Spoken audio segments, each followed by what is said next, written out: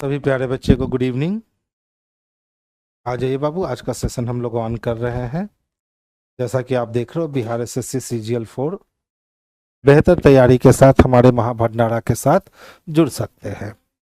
देखिए, आज के अगर हम पहले क्वेश्चंस की बात करते हैं तो पहला क्वेश्चन ही अगर देखोगे तो एनालॉगी सेक्टर से आया है और क्वेश्चंस कहता है इसे 36 को हमने क्या लिख रखा है, 50 लिख रखा है।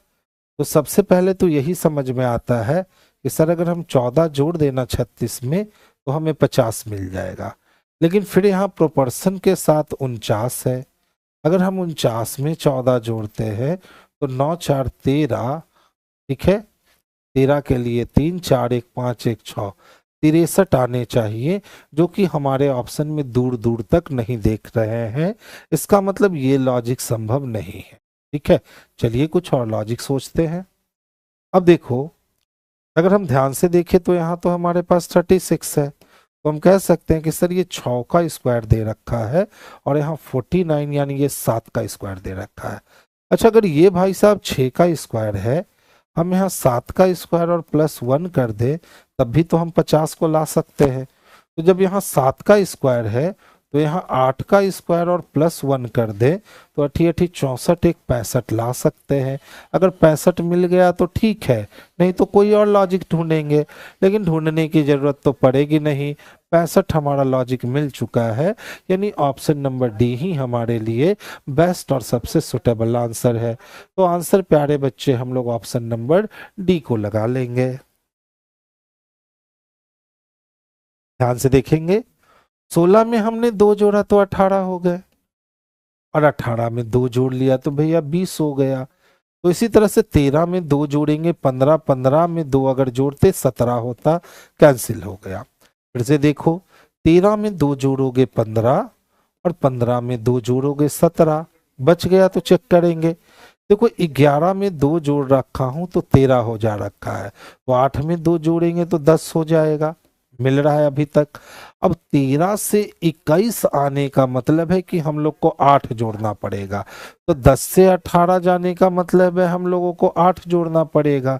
यानी ऑप्शन नंबर सी जो है ना बाबू, वो सेम रिएक्शन कर रखा है। तो आंसर प्यारे बच्चे हम लोग ऑप्शन नंबर सी को करेंगे, यही हमारा परफेक्ट और सबसे सुटेबल आंसर होगा। देखिए, बड़ा आसान होता है बाबू डाइस के क्वेश्चंस को बनाना। एक ही पासे को हम देखें ना तो 3 बार घुमाकर दिखाया है। कहता है सर लाल वाले रंग के विपरीत फलक पे कौन सा रंग मिलेगा।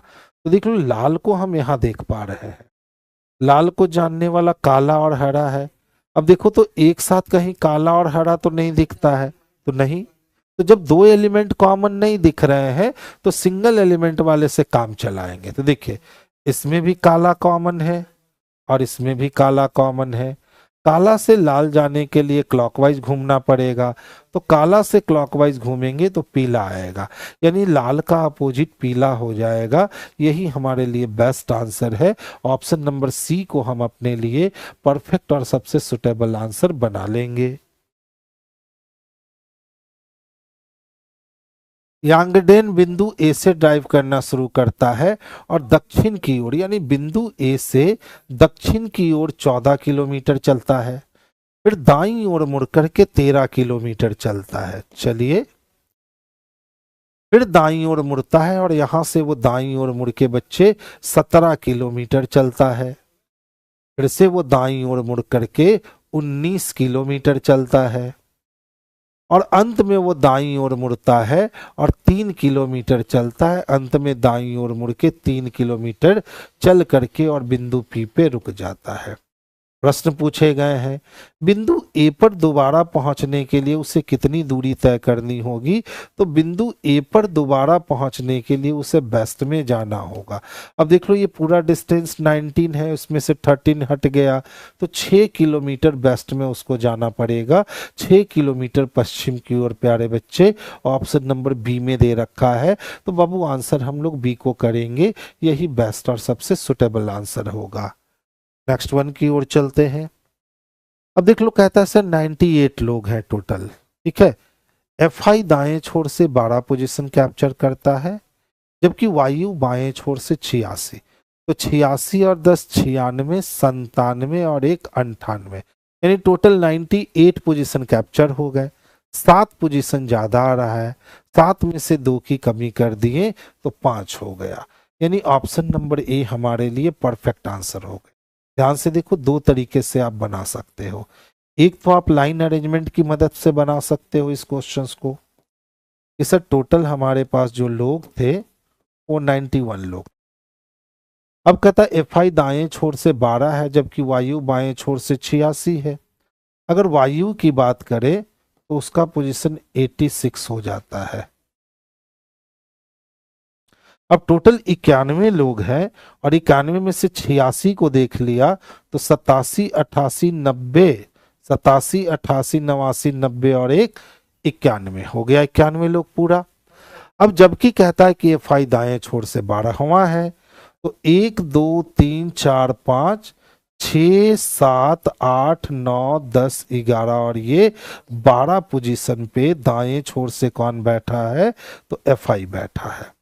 अब प्रश्न पूछा गया कि सर एफ आई और वायु के बीच में कितने लोग बैठे हैं, तो देखो 1 2 3 4 5 लोग बैठे हैं, यही 5 हम लोगों ने आंसर निकाला। तो सवाल उठता है सर ऐसे ही कैसे बन गया बिना लाइन खींचे, तो देखिए कैसे बन गया। जब भी टोटल का वैल्यू जो है ना वो लेसर हो जाए राइट प्लस लेफ्ट के पास से, तो यहां हम लोग जो बिटवीन निकालते हैं ना, तो बिटवीन निकालने के लिए हम लोग राइट प्लस लेफ्ट और माइनस टोटल प्लस 2 कर देते हैं। ये करने से हमारा बिटवीन आता है। तो देखो यहाँ टोटल हमारे पास कितने थे तो 91 थे और 91 लेसर हो गया किसके आगे तो 86 और प्लस 12, इसके आगे 96 लेसर हो गया। तो देख लीजिए, तो ये हमारे पास 91 है और यहाँ हमारे पास 98 है, तो टोटल हमारा छोटा हो गया ना।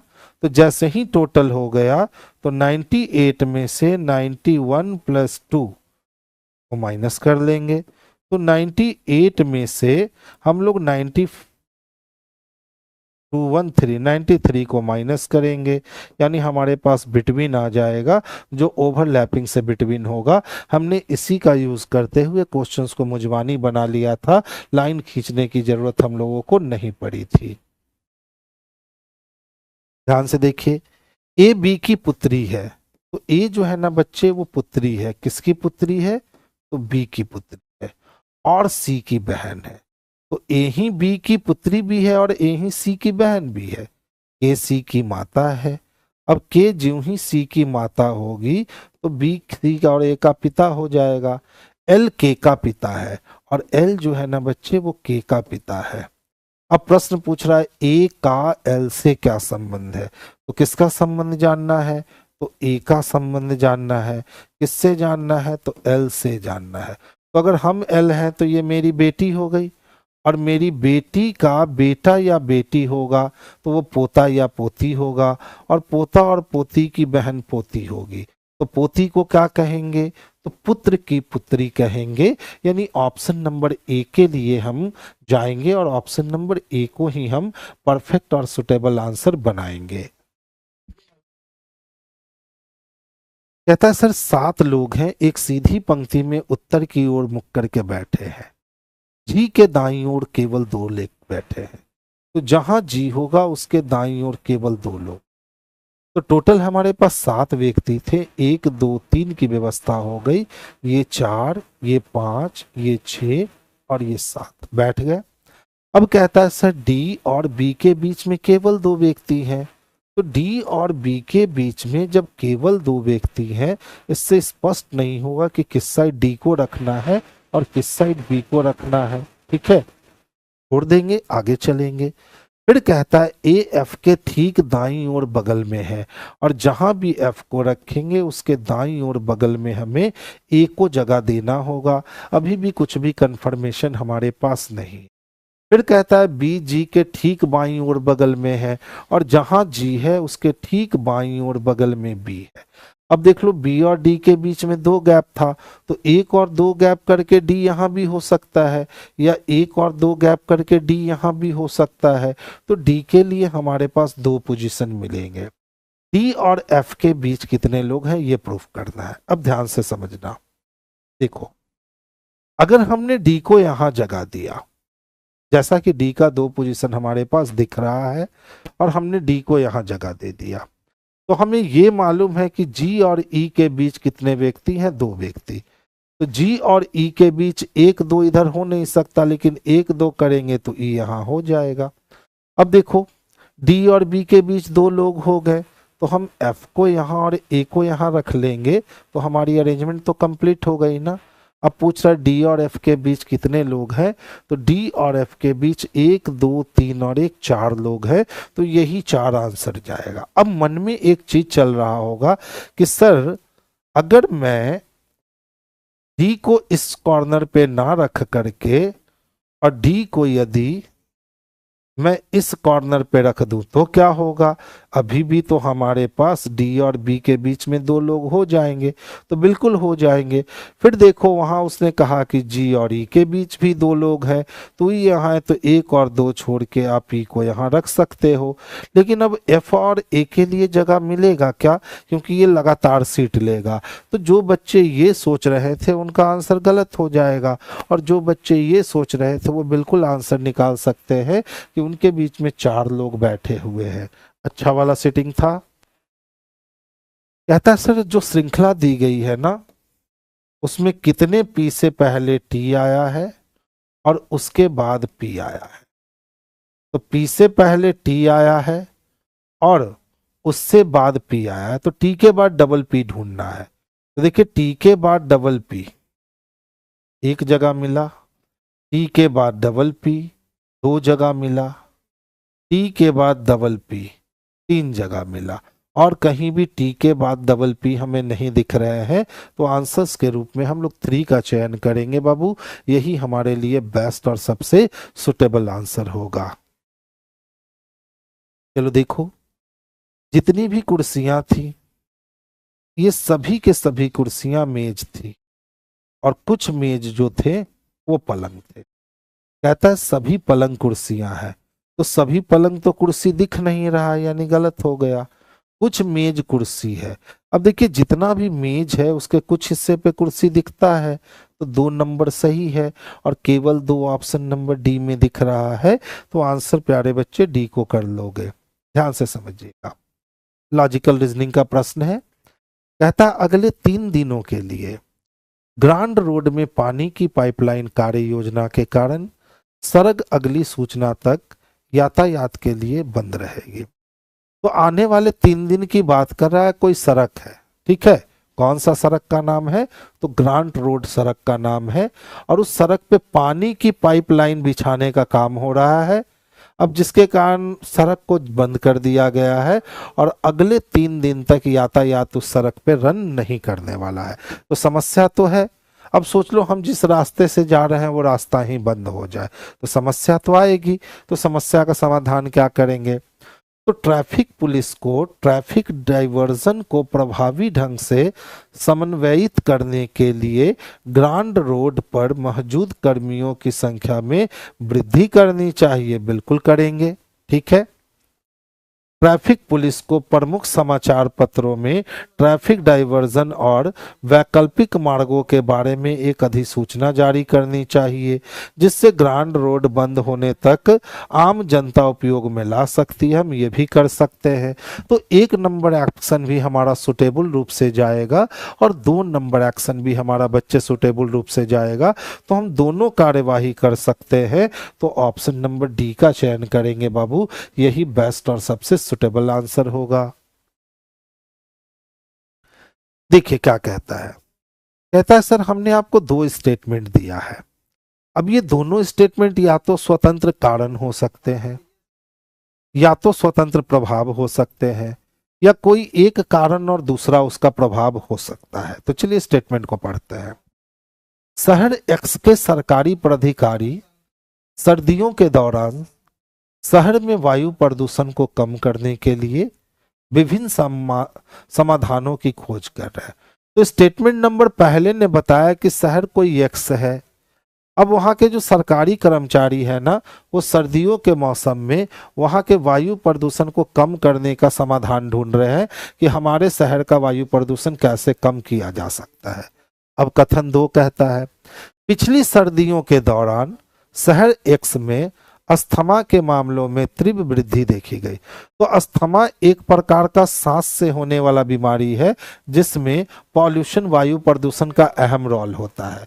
तो ये हमारा दूसरा नंबर कारण बन गया कि पिछले साल बहुत सारे लोग अस्थमा का शिकार हो गए थे ठंडी में, और इस बार ठंडी फिर आ गई है तो फिर अस्थमा का शिकार हो सकते हैं। तो उनसे लोगों को बचाने के लिए कोई समाधान लाओ कि हम अपने वायु प्रदूषण को कम कर सके। तो ये इसका क्या बढ़ जाएगा, तो ये इसका प्रभाव पड़ जाएगा। यानी दो कारण बन जाएगा और एक इसका संभावित प्रभाव होगा, जो कि स्पष्ट रूप से हमें ऑप्शन नंबर डी में देखने को मिल रहा है।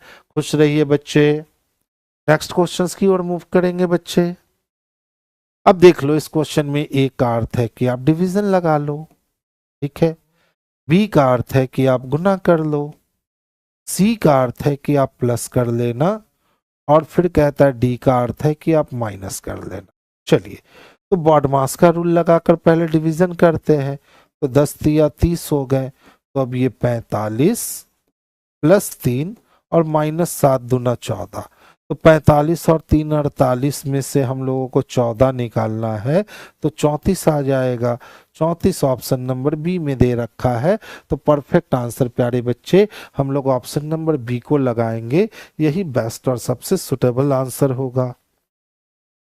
देखिए 6 व्यक्ति हैं, WXYZ T और U, प्रत्येक अलग अलग आयु के हैं। W की आयु 40 वर्ष है। तो सबसे पहले पता चला कि सर W की आयु की बात करोगे तो 40 वर्ष का है। Y की आयु T की आयु की 1/4 है। तो T की आयु का 1/4 हिस्सा आयु किसका है, Y का। Z की आयु U की आयु की 4 गुनी है, और Z की आयु जो है वो U की आयु से 4 गुनी अधिक है। छोड़ दीजिए, आगे चल दीजिए। T की आयु Z की आयु की 5 गुनी है, और T की आयु जो है ना वो Z की आयु के कितने गुनी है, तो 5 गुनी है। चलिए, अभी तक कुछ भी फिक्स नहीं मिला है, आगे चलेंगे। W की आयु Y की आयु की दुगनी है। तो देखिए W की आयु दुगनी है, तो W तो बच्चे 40 वर्ष का है, और किसका दुगना है, तो Y की आयु का दुगना है। तो Y की आयु 20 वर्ष होगी, तभी W की आयु Y की आयु की दुगनी हो सकती है। अब कहता है यदि U की आयु X की आयु की 1/3 है, तो U की आयु क्या है, तो X की आयु का 1/3 U की आयु है। अब इस सारे समीकरण को हमें एक साथ कनेक्ट करते हुए बस जोड़ देना है और कुछ काम नहीं करना। देख लो, W किससे जुड़ा, Y से। Y किससे जुटेगा, T से। तो जब T का 1/4 गुना Y है, तो Y का 4 गुना T होगा। तो Y 20 है, तो 20 चको 80, यानी T का जो वैल्यू होगा वो 80 हो जाएगा। अब देख लो, Y T से कनेक्शन जुड़ गया, तो T जो है ना वो Z का 5 गुना है, ठीक है। तो जब T Z का 5 गुना है, तो Z भी T का 1/5 गुना होगा। तो 80 का 1/5 निकाल लीजिए। तो 80 का यदि हम 1/5 निकाल ले, 5 एकम 5, और कितने बच गए, 5 छक 16। इसका मतलब है कि Z की आयु जो है ना बाबू वो 16 साल की है। अब देख लो Z की कनेक्टिविटी किससे है, U से। तो Z U का 4 गुना है, तो Z जब 16 है तो U 4 वर्ष का होगा, तभी 4 चको 16 वर्ष हो सकता है। और T Z का 5 गुना है, पता चल गया। अब कहता है कि सर X की आयु जो है ना वो Y की आयु से तिगनी है। तो देखिए, तो Y की आयु तो 20 वर्ष है, तो X की आयु इसके तिगनी है, यानी 20 या 60 वर्ष, यानी X की आयु जो है वो 60 ईयर हो जाएगी। 2 2 4 2 6 लोग की आयु हमने यहाँ पे व्यवस्थित कर लिया, ठीक है। अब देखो क्या कहता है, तो X की आयु कितनी है, तो X की आयु बच्चे 60 वर्ष है, 60 होना चाहिए जी। W की आयु 4 वर्ष है, Y की आयु T की आयु की 1/4 है, Y की आयु T की आयु की 1/4 है, ठीक है। Z की आयु U की आयु की 4 गुना है, तो जेड की आयु यू की आयु की 4 गुना है, ये भी ठीक है। टी की आयु जेड की आयु की 5 गुनी है, तो टी की आयु जेड की आयु की 5 गुनी है, ये भी ठीक है। डब्लू की आयु वाई की आयु की दुगनी है, तो डब्लू की आयु वाई की आयु की दुगनी है, ठीक है। यदि यू की आयु एक्स की आयु का 1/3 है, तो यू की आयु एक्स की आयु का, अच्छा, यू की आयु एक्स की आयु का 1/3 है, तो x की आयु u का 3 गुना होगा, तो u 4 है ना, तो x 4/3 12 हो गया। x कितना हो गया? 4/3 12 हो गया। वही पूछ रहा है x की आयु कितनी वर्ष होगी, तो x की आयु बच्चे 12 वर्ष होगी, यानी ऑप्शन नंबर डी इसके लिए बेस्ट आंसर होगा। अब हम आपका क्वेश्चन पढ़ लेते हैं। बिहार सीजीएल की टेस्ट कैसे? ऑनलाइन टेस्ट का सुविधा है क्या सर? हाँ बच्चे, बिल्कुल आपको ऑफलाइन ऑनलाइन दोनों मोड में ये टेस्ट प्रोवाइड की जाती है, ठीक है।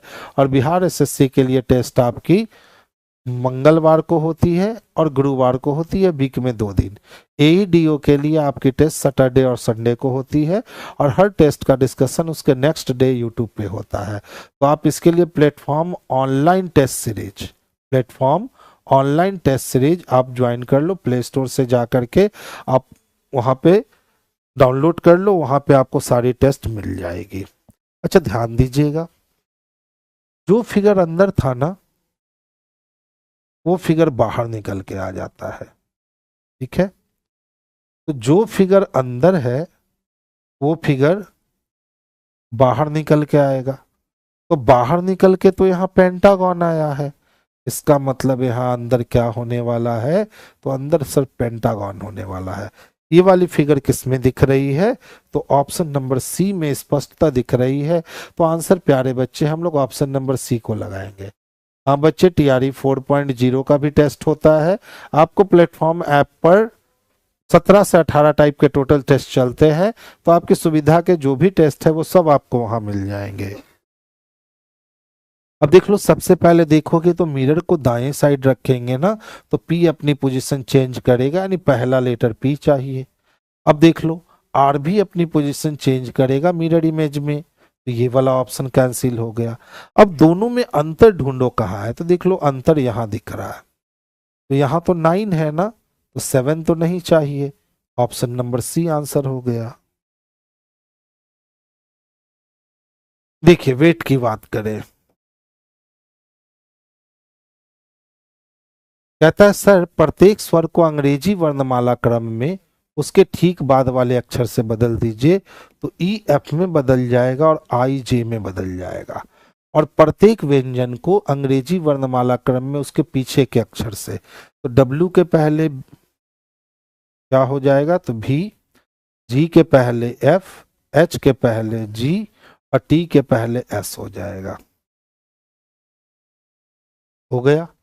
अब कहता है तो इस प्रकार बने अक्षर के नए समूह में कौन सा अक्षर 2 बार आएगा? तो इकलौता एफ अक्षर ही ऐसा है जो 2 बार आया है, तो ऑप्शन नंबर ए को हम अपने लिए आंसर चुनेंगे, यही हमारा परफेक्ट आंसर है। बच्चे देख लीजिएगा, वहां सिविल कोड का टेस्ट है या फिर उसकी वैलिडिटी समाप्त हो गई है, वो आपको ऐप पर जाकर ही पता चलने वाला है।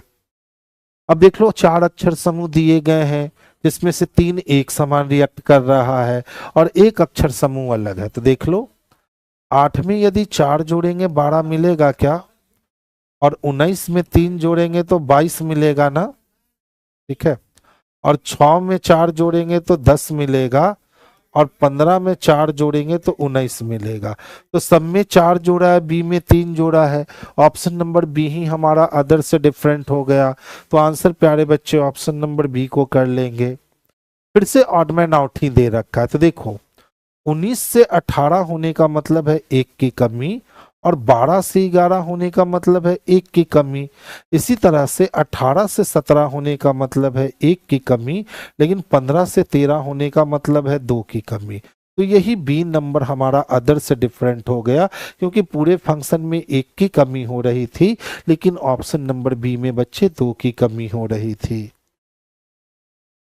कहता है सर हमने आपको अल्फा और सिंबल नहीं न्यूमेरिक और सिंबल सीरीज दिया है, आपको कितने सिंबल ऐसे हैं जिनके ठीक पहले एक इवन नंबर और ठीक बाद में एक ऑड नंबर देखने को मिलता है।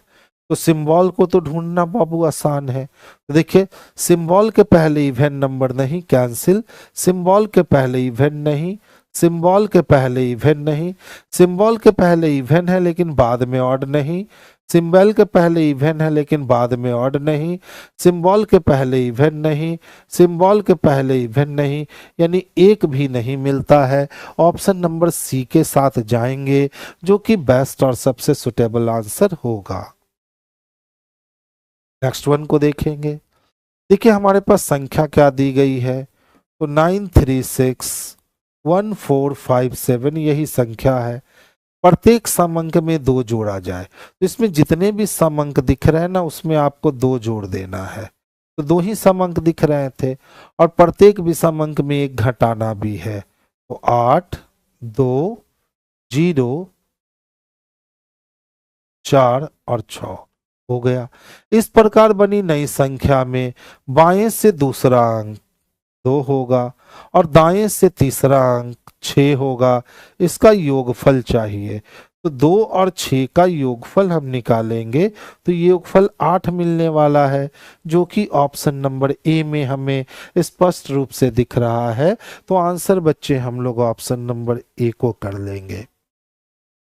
ध्यान दोगे क्या है संख्या, 473983 संख्या दी हुई है और इसको वो 1419 लिखता है। 14 28 14 तिया 42 और 4 तियाई 12, 4 तियाई 12, 19 तिया 57, 7 7 3 4, 14 चक्को 56। डिविजिबल तो नहीं लग रहा है बाबू, यानी इसी से इसी को खेल करके कुछ काम किया गया है। 7 3 10 4 14, 9 3 12 और 8 20। अच्छा लास्ट में 2 है। देखो लॉजिक मिल गया, तीनों को जोड़ दीजिए। 4 3 7 और 7 3 10, 10 4 कितने हो गए, 14 हो गए। अब इसी तरह से 9 + 8 + 2, 8 2 10 और 1, शुरुआत के 3 संख्या और बाद के 3 संख्या को आपस में जोड़ करके कोडिंग से डिकोडिंग आपकी बनाई गई है। तो क्या है हमारे पास 751694 है। शुरुआत के 3 संख्या को जोड़ दो, 7 5 12 1 13 हो गए और बाद के 2 संख्या को जोड़ दो, 19 हो गया। 13 19 आंसर हो जाएगा, जो कि स्पष्ट रूप से ऑप्शन नंबर सी में दे रखा है। अच्छा क्वेश्चन था, मजेदार क्वेश्चन था, क्योंकि 90% जनता जनार्दन इस क्वेश्चन में पहले गुणनफल ढूंढने का ही काम करेगी, बाद में जाकर पता चलेगा कि गुणनफल से नहीं बन रहा है, फिर उनका दिमाग खराब होगा और वो यहां तक जब तक नहीं पहुंचेंगे तब तक ये क्वेश्चन सॉर्ट आउट नहीं होगा। देख लो कहता है सर मॉर्निंग को कैसे लिखोगे, तो यहां भी सनराइजेज है और यहां भी सनराइजेज है। अब दोनों के डिकोड में 2 तो कॉमन होगा, तो देख लो टी डी जेड और जेड ए टी कॉमन है। तो मॉर्निंग के लिए क्या मिलेगा, तो एक्स वाई क्यू मिलेगा, जो कि ऑप्शन नंबर सी में हमारे पास स्पष्ट रूप से दे रखा है। तो आंसर सी को लगा लेना। देखिए ये आपको रख के चेक करना होगा। तो अगर हम यहाँ पे 12 रखते हैं तो 12 से 111 कैसे कैसे आ सकता है, 11 का स्क्वायर 121 होता है, 12 दहिया 120 और -8 कर सकते हैं ना। देखे तो 12 दहिया 120 और -8 हो गया, तो तो 15 दहिया 150 और 8 करेंगे तो 142, लेकिन ज्यादा आ रहा है। अच्छा, यहाँ 2 कम किए हैं तो यहाँ भी 2 कम करें तो 13 हो जाएगा। अब देखते हैं कितना होता है।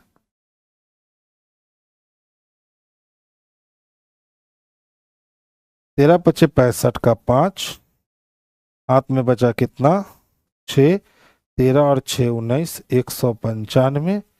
और 195 में यहाँ 8 माइनस किए तो 8 माइनस करने पे तो नहीं आ रहा है, लेकिन फिर 2 तो 11 माइनस करते हैं। 11 माइनस करेंगे, ऑप्शन नंबर यही बच्चे आंसर हो जाएगा। ठीक है, देख लो हमने क्या किया। 12 को रखा, 12 में 2 की कमी किया तो 10, 12 दहिया 120, इस 10 में 2 की कमी किया 8, 120 में से 8 घटा दिया तो हमारे पास जो प्रोडक्ट मिला 112 मिला। इसी तरह से हमारे पास 15 था, हमने 15 में 2 की कमी करी, तो 2 की कमी करी तो 15 को 13 से गुना किया तो 195 हो गए।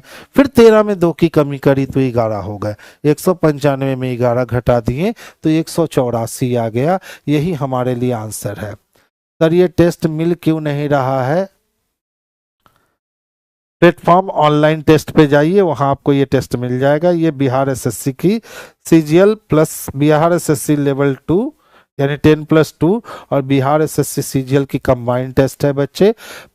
प्ले स्टोर पे जाइए और प्ले स्टोर पे जाकर के platform online test, platform online test type कीजिए, वहाँ ऐप आएगा। उस ऐप को आप क्या कीजिए, अपने मोबाइल में डाउनलोड कीजिए, उस पर लॉगिन करके अपने आप को वहाँ रजिस्टर्ड कीजिए। और जब आप रजिस्टर्ड कर लोगे तभी आपको सारी बैचेस दिखने लगेगी कि कौन कौन सी बैच अवेलेबल है, उसके पहले नहीं दिखेगी। तो ये अच्छा वाला क्वेश्चन था, ऑप्शन ए ही इसका आंसर हो जाएगा।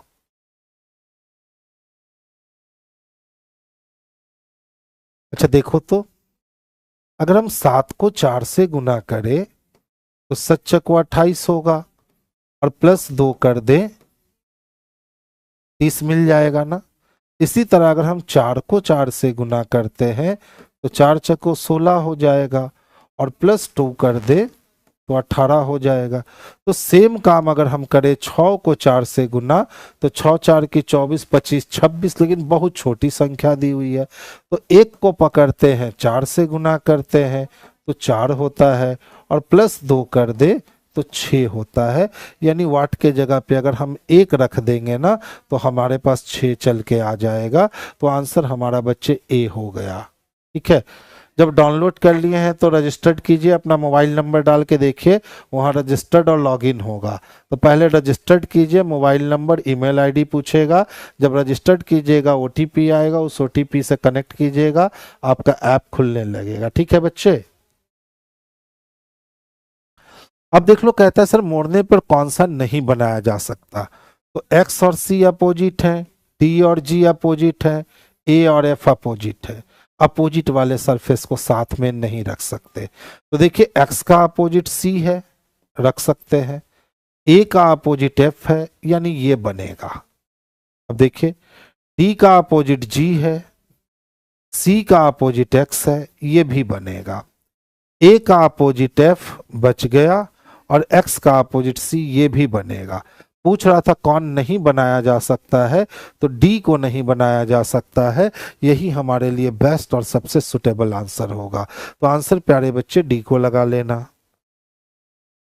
देखिए अनीता अपने घर बिंदु ए से चलना शुरू करती है और दक्षिण की ओर अनीता 5 मीटर चलती है, दाएं मुड़ती है और दाएं मुड़ करके वो 7 किलोमीटर चलती है, फिर दाएं मुड़ती है और फिर से वो दाईं ओर मुड़ करके 12 किलोमीटर चलती है और बिंदु पी पर रुक जाती है। रुक गई। अब कहता है यदि एक खंभा उस स्थान से 7 मीटर पूरब की ओर खड़ा है जहां वो रुकी है, तो एक खंभा है जहां वो रुकी है उससे 7 मीटर दूर पे एक खंभा खड़ा है, यही खंभा खड़ा है। ठीक है, तो पूछता है तो उसका घर खंभे से कितना दूर और किस दिशा में है। तो देखिए इसके घर तक आने के लिए इस खंभे से आपको दक्षिण में आना पड़ेगा, यानी साउथ में आना पड़ेगा। और साउथ में कितना डिस्टेंस कवर करना पड़ेगा? तो ये टोटल डिस्टेंस 12 है, जिसमें से 5 निकल गया तो बच गया 7, यानी खंभे से उसका घर 7 किलोमीटर दक्षिण में पड़ता है। तो दक्षिण की ओर 7 किलोमीटर, ऑप्शन नंबर सी में हमें स्पष्ट रूप से दिख रहा है।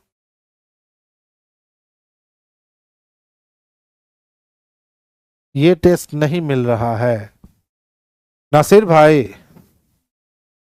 बाबू देख तो ये वाला टेस्ट कहाँ मिलेगा, बता सकती है? Bihar SSC CGL.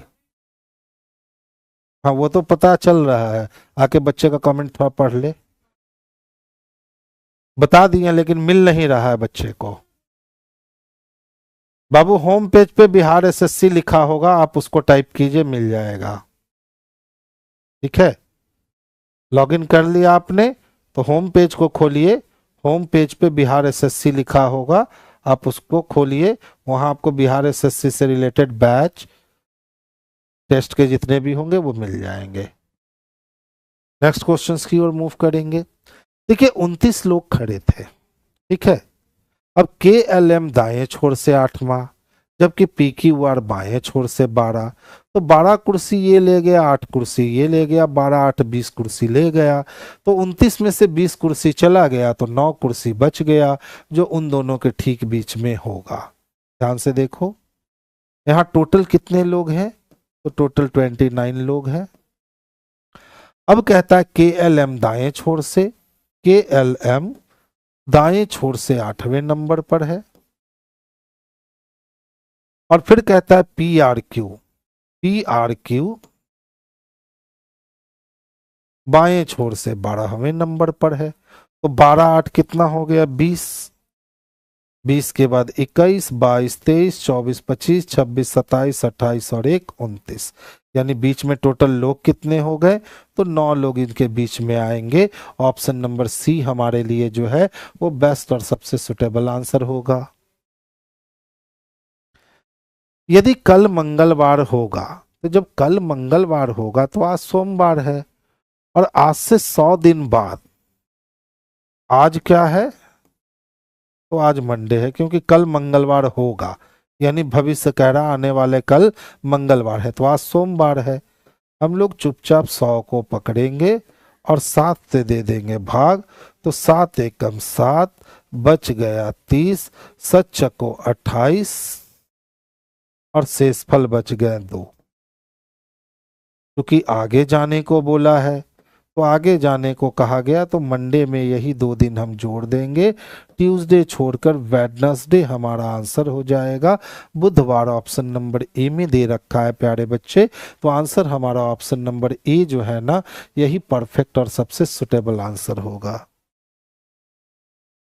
देखिए दर्पण के माध्यम से घड़ी में समय देखने पर 2:45 दिखाई पड़ता है। तो दर्पण के मामले से 2:45 यानी 2:45 दिखता है। तो कहता है घड़ी का सही समय क्या होगा? तो ध्यान से देखिएगा, मिनट को 60 पूरा करने के लिए 15 चाहिए, और चूंकि मिनट चला है तो घंटे को 11 पूरा करना होगा। तो 2 को 11 पूरा करने के लिए 9 चाहिए, यानी घड़ी का वास्तविक समय 9:15 का हो रहा होगा। तो आंसर हम सी को कर लेंगे, यही इसके लिए बेस्ट और सबसे सुटेबल आंसर है। ध्यान दोगे, किसका अर्थ यह है कि डब्ल्यू एस की बहन का पुत्र है? तो डब्ल्यू जब एस की बहन का पुत्र है, यानी डब्ल्यू लड़का है। अब डब्ल्यू के बाद तो एट द रेट ऑफ का साइन है, और एट द रेट ऑफ के पहले जो आती है वो पुत्री कहलाती है, यानी यहाँ डब्ल्यू लड़की है और लड़की कभी पुत्र हो ही नहीं सकता। डब्ल्यू के बाद डॉलर का साइन है, और डॉलर के पहले जो भी शख्स आती है वो बहन कहलाती है, तो बहन किसी का बेटा बन ही नहीं सकता। यहाँ डब्ल्यू के बाद स्टार का साइन है, यानी डब्ल्यू किसी का पिता है तो लड़का है, और डब्ल्यू के पहले माइनस का साइन है तो डब्ल्यू लड़का है। इन्हीं दोनों में से कोई एक ऑप्शन हमारा आंसर होने वाला है। चलिए पढ़ते हैं। अब देख लो, अगर हम एस है तो ये मेरी पुत्री हो गई, और मेरी पुत्री की बहन भी तो मेरी पुत्री हुई, और मेरी पुत्री का जो पुत्र होगा वो नाती होगा, और मेरे नाती का जो पिता होगा ना वो मेरा दामाद होगा। तो ये भी ऑप्शन कैंसिल हो गया।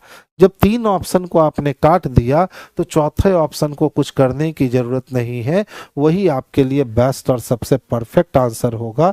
तो आंसर ऑप्शन नंबर डी को लगा लीजिएगा। तो सारे को नहीं पढ़ना होता, मेल फीमेल की मदद से आप अपने ऑप्शंस को कम कर लो, इससे बनाना ये आसान हो जाएगा। कहता है सर 7 लोग एक गोल मेज के परिधि पर केंद्र की ओर अभिमुख होकर के बैठे हैं। तो सबसे पहले एक सर्कुलर टेबल डिजाइन करेंगे, इस पे 7 लोगों के बैठने की व्यवस्था करेंगे और सारे लोग केंद्र को फेस कर रहे हैं। तो राइट एंटी क्लॉक मूव करेगा और लेफ्ट बच्चे क्लॉकवाइज। कहता है जी एफ के ठीक बाएं पड़ोस में है, तो एफ के ठीक बाएं पड़ोस में जी बैठा है। ई सी के ठीक बाएं पड़ोस में है, तो सी के ठीक बाएं पड़ोस में ई बैठा है। बहुत सारे ऑप्शन अभी हैं। सी ए के बाएं दूसरा बैठा है। अब जहां भी ए बैठा होगा उसके बाएं दूसरे स्थान पे सी बैठा होगा। बी जी के बाएं तीसरा है। अब देख लो जहां भी जी है इसके बाएं पहला, दूसरा और तीसरे स्थान पर जाएंगे तो यहां हमें बी मिलेगा। आगे चलते हैं। ई के बाएं से गिनने पर ई और एफ के बीच में कितने लोग हैं? तो पहले तो ई को बैठाना होगा। अब सोचने वाली बात है, सर अगर हम ई को यहाँ और सी को यहाँ रखते हैं तो एक गैप करके ए को रख सकते हैं, और ई को यहाँ और सी को यहाँ रखते हैं तो एक गैप करके ए को नहीं रख सकते। इसका मतलब ई को यहाँ, सी को इस प्लेस पे, एक गैप करके ए को रखेंगे। तो अब देख लो एक बचा कौन, तो डी बच चुका है और हमारा अरेंजमेंट भी कंप्लीट हो गया है। ई के बाएं से गिनने पर ई और एफ के बीच में कितने लोग होंगे? ठीक है, तो बताइए। ई तो सेंटर को देखेगा ना, तो ई के दाएं नहीं, ई के बाएं से गिनने पर ई और एफ के बीच में तो 0 लोग होंगे। तो इसका आंसर हमारा बच्चे जो है ना ये 0 हो जाएगा। सही कर लीजिएगा, करेक्शन करने की जरूरत है। एक बार इंग्लिश में हम पढ़ ले क्या। A B C D E F and G are seated around the circular table facing the centre. F is seated immediately to the left of जी।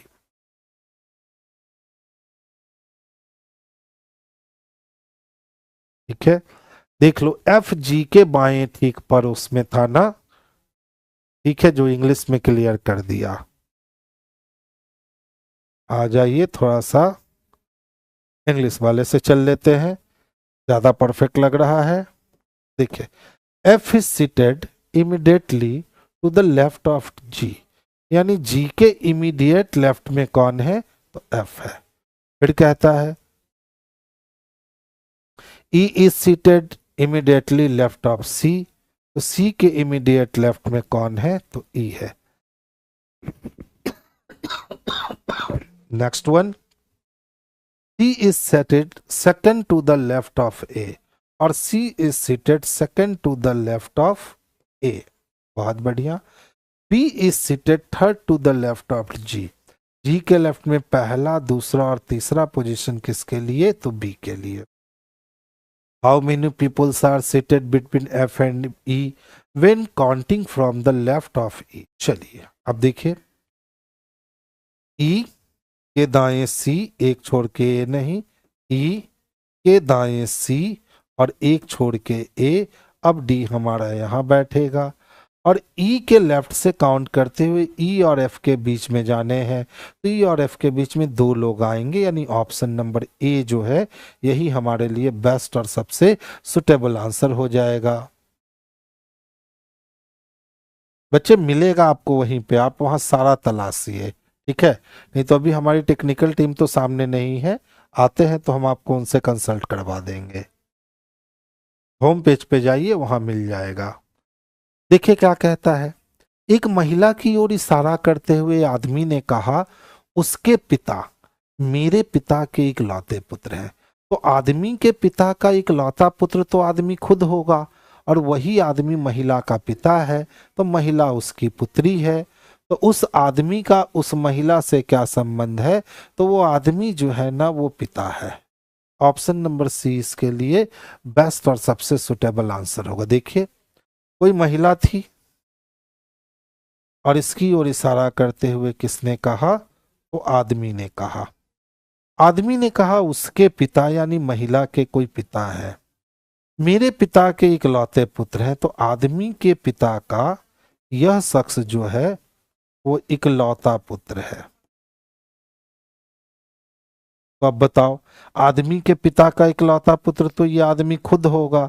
इसका मतलब है कि ये जो इसके महिला के जो पिता हैं और ये आदमी जो है ना, ये दोनों जो है वो सेम शख्स है, दोनों में कोई डिफरेंस नहीं है। ठीक है, अब देख लो क्या कहता है।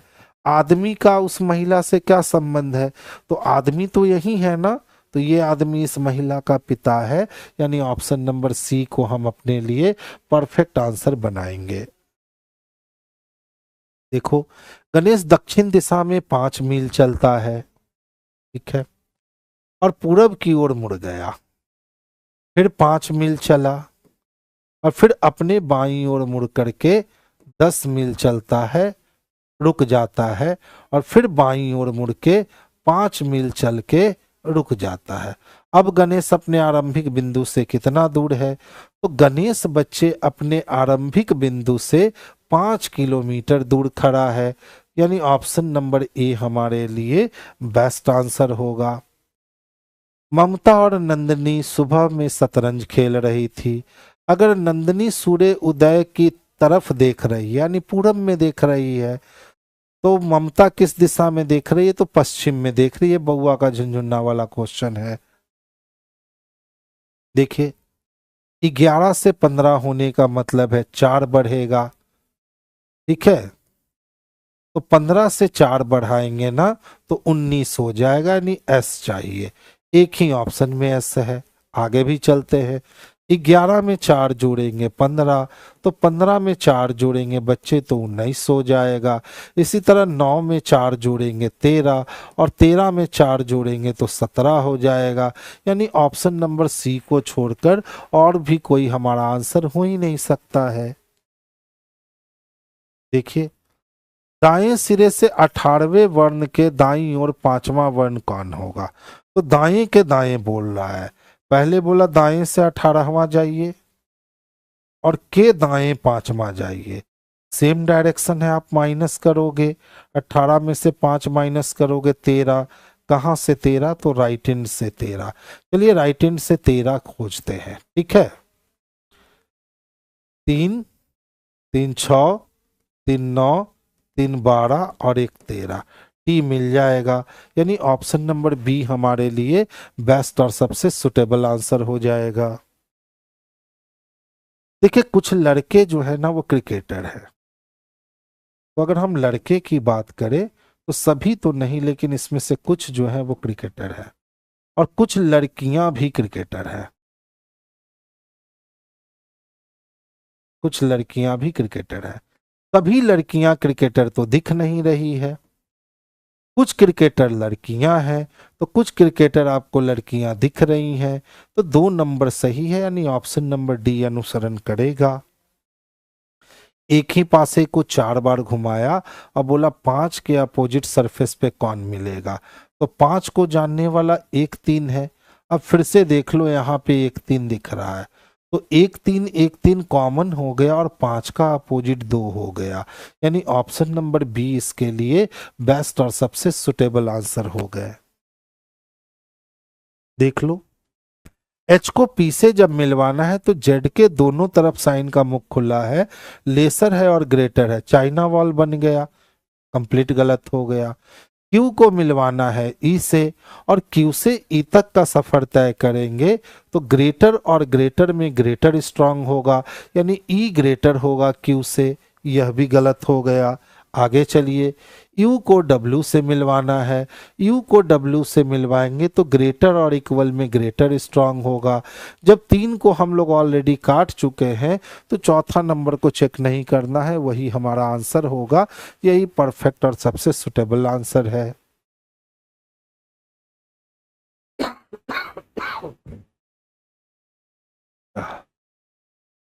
छह छात्रा है, मायरा, अमायरा, सारा, जारा, तारा और कियारा, तो एक दीवार के सहारे टेक लगाकर बैठाया गया।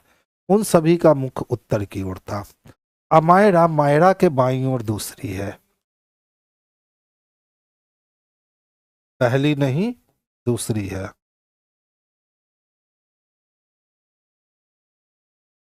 ठीक है। फिर कहता है सारा तारा के दाईं ओर चौथे स्थान पे है। तो तारा के दाएं पहला नहीं, दूसरा नहीं, तीसरा नहीं, चौथा स्थान किसका है? तो सारा का है। अब टोटल 6 छात्र थे और 2 4 1 5 हमें मिल चुके हैं। कियारा अमायरा के बाईं ओर ठीक बगल में है। तो अमायरा के बाईं ओर ठीक बगल में कौन है? तो कियारा है। आगे चलेंगे।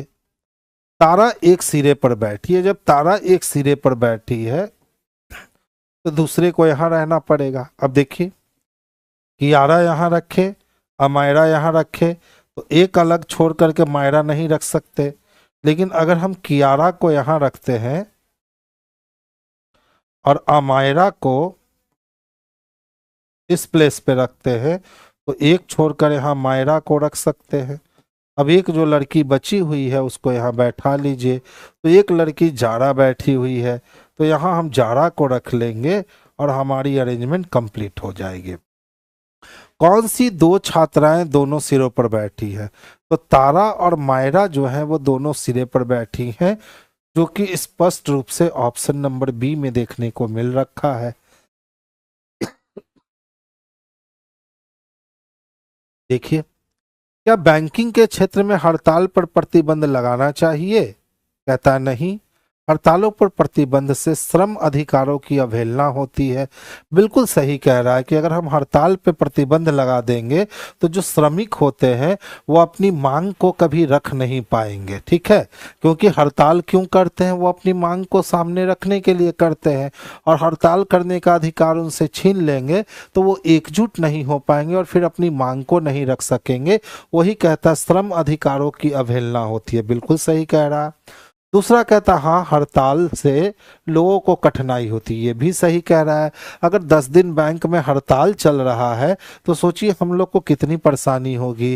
पैसा का आवागमन हमारा रुकेगा, हम बैंक से पैसे नहीं निकाल सकते हैं, वहाँ डिपॉजिट नहीं कर सकते हैं, जिससे बहुत सारी समस्याएं आएगी। तो एक भी अपने जगह पे सही है और 2 भी अपने जगह पे सही है, तो आंसर ए नंबर को लगा लेंगे। यानी तर्क 1 और 2 दोनों पुष्ट है, तो आंसर बच्चे हम लोग ए को कर लेंगे। कहता है सिर्फ विषम की पहचान करो। तो एफ की वैल्यू 6 होती है, पी की वैल्यू 16, यू की 21 और डब्ल्यू की 23। तो यही वैल्यू गड़बड़ है, पी की वैल्यू 16 होती है, यानी ऑप्शन नंबर ए आंसर हो जाएगा। ए जो एफ का पुत्र है, तो ए पुत्र है तो नीचे, और किसका पुत्र है? तो एफ का पुत्र है। ए जो एफ का पुत्र है का विवाह बी से हुआ है, ए का विवाह बी से हुआ है, जिसका भाई सी है। डी सी की पत्नी है और डी जो है ना वो सी की पत्नी है और ई की पुत्री है। तो डी जो है ना वो ई की पुत्री है। चलिए, एफ का डी से क्या संबंध है? किसका? एफ का किससे संबंध चाहिए? तो डी से। देखिए, अगर हम हैं तो मेरी पत्नी की बहन, मेरी साली और के पति, तो साली के पति जो हो गए उनको ब्रदर इन लॉ कहेंगे, और ब्रदर इन लॉ के जो पापा या मम्मी होंगे, ब्रदर इन लॉ के जो पापा या मम्मी होंगे तो वो हमारे सास या ससुर होंगे। यहाँ पूछना चाहिए था डी का एफ से क्या संबंध। थोड़ा सा मिसप्रिंट है, इसको सुधार लीजिए।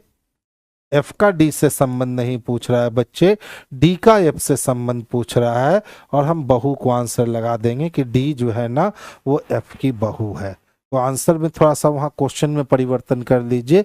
एफ का डी से क्या संबंध है नहीं पूछा गया है, डी का एफ से क्या संबंध है, ये क्वेश्चन ऐसे रिएक्ट होना चाहिए था। चलिए देखिए, एक शाम को प्रतीक और प्रनील एक छत पर एक दूसरे के आमने सामने खड़े होकर बात कर रहे हैं। यदि प्रतीक की छाया पूर्ण रूप से प्रनील के शरीर पर पड़ रही है, तो सोचिए अगर प्रतीक की छाया प्रनील के ऊपर पड़ रही है तो प्रतीक के पीछे सूरज होगा, और चूंकि ये शाम का सूरज है तो प्रतीक के पीछे पश्चिम है, यानी प्रतीक का मुख पूरब की ओर है तो प्रनील का मुख बच्चे पश्चिम की ओर होगा। यानी ऑप्शन नंबर डी जो है ना, यही बेस्ट और सबसे सुटेबल आंसर है। ध्यान से देखो क्या दे रखा है, 47 है, 48 है, 52 है, 89 है, 95 है, वाट चाहिए। धीरे धीरे करके श्रृंखला आगे बढ़ रही है। पहले एक की वृद्धि होती है, फिर देखोगे तो दो यहाँ दो यहाँ यानी 4 की वृद्धि हो गई। फिर देखोगे तो 9 में से 2 माइनस करेंगे तो 7, और 7 में से 2 माइनस करेंगे 5, यानी 27 की वृद्धि हो गई है। 15 में से 9 गया तो 6, और 8 में से 7 गया तो 1, यानी 16 की वृद्धि हो गई है। ठीक है, ध्यान से देखिएगा। 1 का क्यूब, 2 का स्क्वायर, 3 का क्यूब, 4 का स्क्वायर, तो अब 5 का क्यूब प्लस होगा, और 5 का क्यूब प्लस करेंगे तो ये वैल्यू 125 मिलेगा। 5 5 10 का 0, हाथ में 1 बचा, 5 2 7 7 1 8, 95। 5 5 10 का 0, हाथ में कितना मिला 1, 9 1 10 10 2 12 का 2, हाथ में 1 1 2, 220 आएगा। यानी ऑप्शन नंबर डी जो है ना बाबू, यही हमारे लिए बेस्ट और सबसे सुटेबल आंसर हो जाएंगे। कहता है सर कितने 8 ऐसे हैं जिनके बाद में 4 नहीं आता है परंतु जिसके पहले 5 आता है, तो हमें 58 ढूंढना है। तो चलो देख लो, 58 के बाद 4 नहीं है, 58 के बाद 4 नहीं है, 58 के बाद 4 नहीं है, 58 के बाद 4 नहीं है, 58 के बाद 4 है नहीं है, 1 2 1 2 3 2 5 मिल गया। यानी ऑप्शन नंबर सी जो है ना आंसर है। चलिए बच्चे आ जाइए, देखिए इनटू का अर्थ क्या है, तो प्लस है।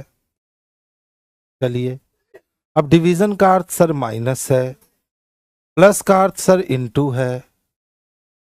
ठीक है, और माइनस का अर्थ डिवीजन है, हो चुका है, डिवीजन का अर्थ माइनस है, माइनस का अर्थ 4 सते 28 हो गया।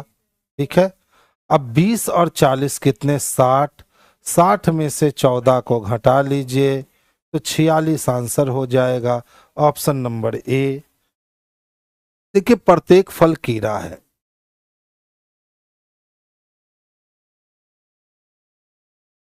ठीक है, और दूसरा कथन कहता है कुछ फल जूते हैं, कुछ फल जो है ना वो जूता है।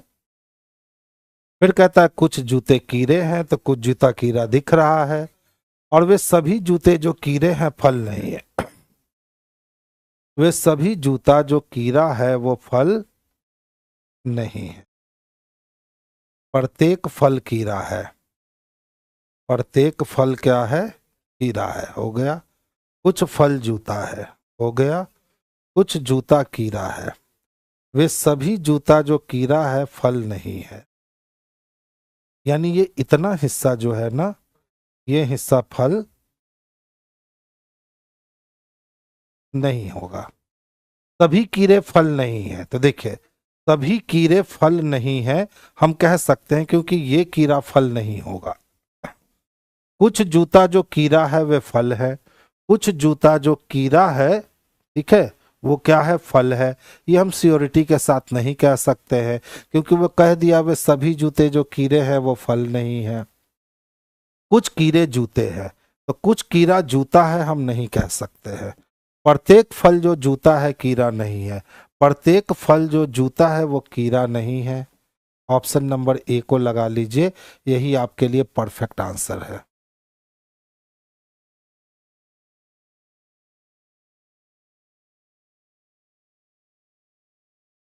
नहीं किया जा सकता है।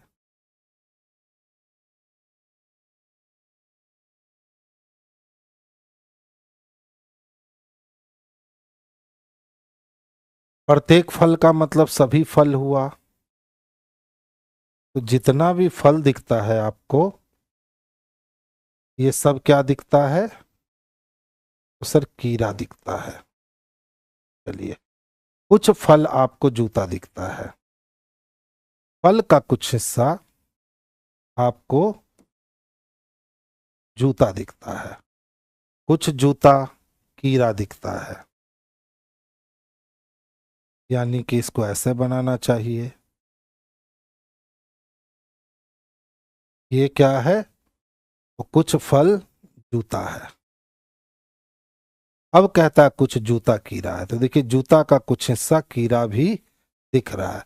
वे सभी जूते जो कीड़े हैं फल नहीं है। वे सभी जूते जो कीड़े हैं, वे सभी जूते जो कीड़े हैं वो फल, वे सभी जूते जो कीड़े हैं वो फल नहीं है। यानी ये इतना दूर फल नहीं है। अपने ही स्टेटमेंट को वो काट रहा है। चौथा स्टेटमेंट बड़ा खतरनाक है बाबू, क्योंकि चौथा स्टेटमेंट अपने ही स्टेटमेंट को काट रहा है। जैसे ही हम कुछ फल को जूता बनाएंगे, वैसे ही कुछ कीड़ा फल और जूता दोनों होगा। और चौथा स्टेटमेंट कह रहा है वो सभी जूते जो कीड़े हैं वो फल नहीं है। ठीक है। अब पूछता है सर कौन सा निष्कर्ष नहीं किया जा सकता है? तो सभी कीड़े फल नहीं है। सभी कीड़े फल नहीं है, हम ये श्योरिटी के साथ नहीं कह सकते हैं। कुछ जूते जो कीड़े हैं वो फल है, तो कुछ जूता जो कीड़ा है वो फल है। अब 2 नंबर और 1 नंबर से तो ये सही हो जाएगा, लेकिन 4 नंबर इसको गलत ठहरा देगा, क्योंकि सभी जूते जो कीड़े हैं फल नहीं है। कुछ कीड़े जूते हैं, कुछ कीड़ा तो हमको जूता दिख रहा है। प्रत्येक फल जो जूता है, प्रत्येक फल जो जूता है वो कीड़ा नहीं है। तो ये तो चौथा वाला जो है, प्रत्येक फल जो जूता है कीड़ा नहीं है, ये सही हो जाएगा, ये 4 के कारण। कुछ कीड़े क्या हैं? जूते हैं, तो ये सही हो जाएगा 3 के कारण। सभी कीड़े फल नहीं है। ठीक है। तो प्रत्येक फल जब कीड़ा है तो सभी कीड़ा फल नहीं है, हम ये सियोरिटी के साथ नहीं कह सकते। ठीक है। कुछ जूते जो कीड़े हैं वे फल है, कुछ जूता जो कीड़ा है वो फल है।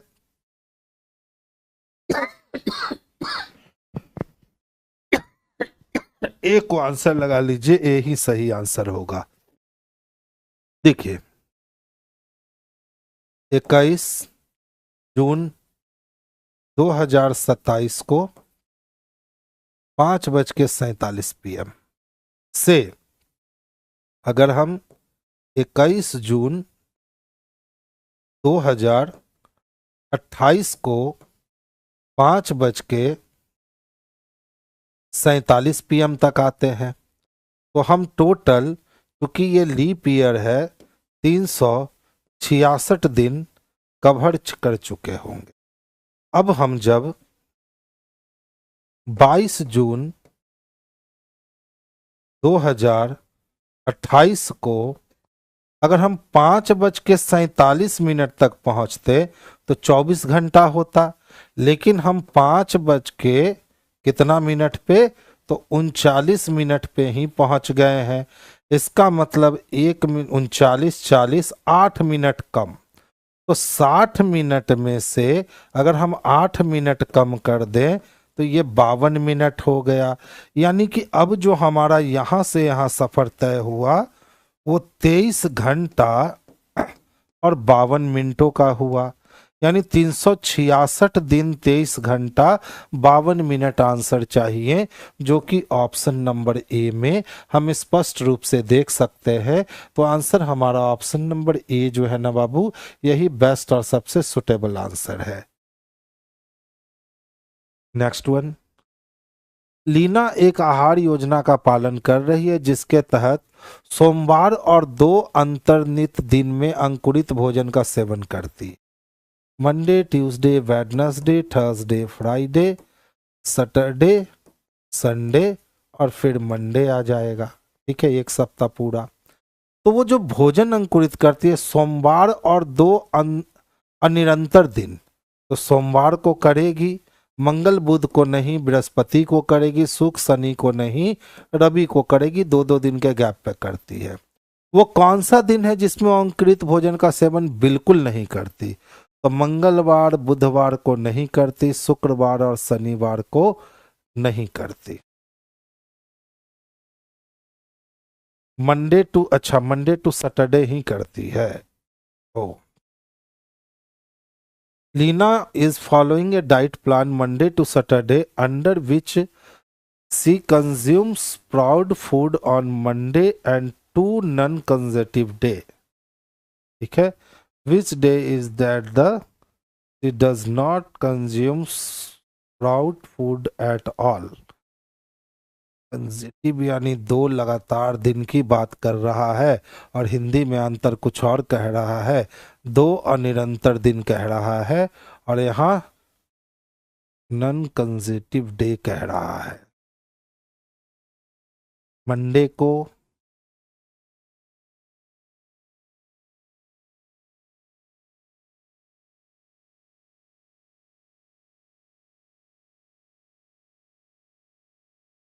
देखिए, इंग्लिश वाले के अनुसार अलग है और हिंदी वाले के अनुसार अलग है।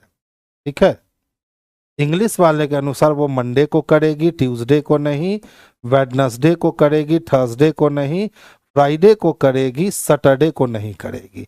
अब कह रहा है जिसमें वो अंकुरित भोजन का सेवन बिल्कुल नहीं करती है, तो मंगलवार, गुरुवार और शनिवार को नहीं करती है।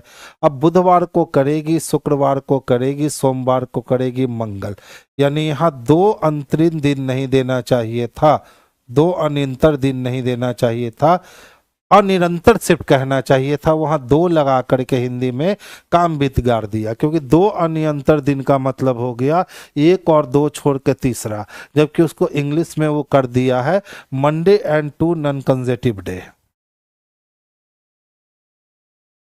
गुर्दा अंग और हृदय, अंग के अंदर गुर्दा भी है और अंग के अंदर हृदय भी है, यही हमारे लिए बेस्ट आंसर होगा। 6 4 10 8 2 10, 6 + 4 किए तो ये वैल्यू 10 मिल गया, और 2 + 8 किए तो ये भी वैल्यू 10 मिल गया। 10 और 10 20 हो गए। ठीक है,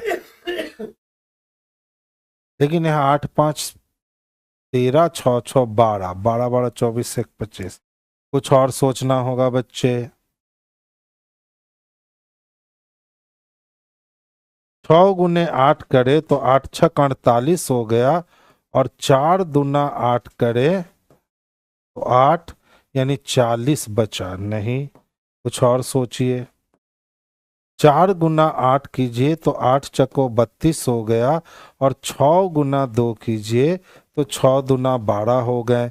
32 में से 12 की कमी कर देते हैं तो 20 आता है। अगर हम 8 गुना 6 करते हैं तो 8 6 48 होता है, और 5 गुना 6 करते हैं तो 6 5 30 होता है। 48 में से 30 घटाएंगे 18 होता है। सेम तरीका 9 गुना 2 करेंगे तो 9 दूना 18 हो जाएगा, और 4 गुना 3 करेंगे तो 4 तिहाई 12 हो जाएगा। 18 में से 12 घटाएंगे, आंसर हमारा 6 हो जाएगा, जो कि ऑप्शन नंबर ए में दे रखा है। तो परफेक्ट आंसर हमारा ऑप्शन नंबर ए जो है ना बाबू, यही बेस्ट और सबसे सुटेबल आंसर होगा। तो चलिए आज का 50 क्वेश्चंस को हम यहीं बर्खास्त करते हैं सभा, और आगे हमारी मुलाकात नेक्स्ट टेस्ट में होगी, तब हम लोग फिर से नए क्वेश्चंस को देखेंगे। आज की सभा यहीं बर्खास्त की जाती है। नमस्कार दोस्तों, कैसे हैं आप लोग? अच्छे होंगे, शानदार होंगे। रीजनिंग का आनंद लिए आप लोग। चलिए, साइंस का भी 25 क्वेश्चन है, उसको भी हम लोग देख लेते हैं।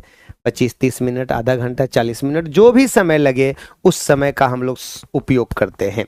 ओके, चलिए आ जाते हैं हम लोग। ये रहा और ये रहा आपका साइंस का शेड्यूल। लग चुकी है, आराम से पढ़िए। हाँ, और लीजिए आपका ये पहला क्वेश्चन कह रहा है, पीरियोडिक टेबल का क्वेश्चन है, आवर्त सारणी का क्वेश्चन है, पीरियोडिक टेबल का क्वेश्चन आपका है। यही ना है हमारा, पीरियोडिक टेबल का क्वेश्चन दिया हुआ है। चलिए भाई क्या दिया हुआ है जरा देख लीजिएगा आप लोग कि निम्न में से किन तत्वों का समान गुण क्रमशः एका सिलिकॉन, एका बोरोन और एका एल्युमिनियम जैसा है। तो ये क्या है, कैसा है, किस तरह से आ गया, एका सिलिकॉन हो गया, एका बोरोन हो गया, एका एल्युमिनियम हो गया जैसा है। सुनिए, मेंडलीफ साहब के आवर्त सारणी का नाम तो सुने हैं आप लोग। मेंडलीफ साहब के आवर्त सारणी में कुछ स्थान खाली छोड़ दिया गया था। मेंडलीफ साहब के आवर्त सारणी में कुछ स्थान खाली छोड़ा गया था क्योंकि भविष्यवाणी था, उनकी भविष्यवाणी थी कि भविष्य में नए तत्व की खोज होगी। तो ये खाली छोड़ा गया ना, तो एक्चुअल में खाली छोड़ा नहीं गया, उसमें ऑलरेडी तत्वों को डाल दिया गया। मतलब कि होता नहीं है कि जो तुम वहां पर घर खाली है तुम वहां रहो, तो वही बात रख दिया गया। तो वहां पर रखा गया, एका सिलिकॉन को रखा गया, एका सिलिकॉन, एका सिलिकॉन, सिलिकॉन, एका सिलिकॉन पहले और बाद में आया था। ये पहले तत्व पहले और ये बाद में किसको रख दिया गया, इसका गुण किससे मैच किया था।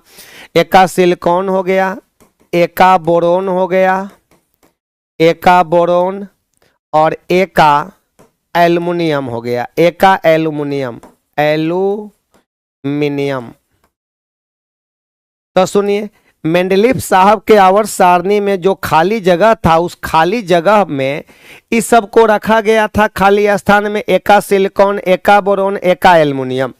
बाद में जब नए तत्वों का खोज हो गया तो इसको कहा गया कि तुम हटो भाई, ये बताइए पहले और ये बाद में रखा गया किसको, तो इसके एका सिलिकॉन के जगह पर जर्मेनियम को रखा गया, जर्मेनियम को रखा गया।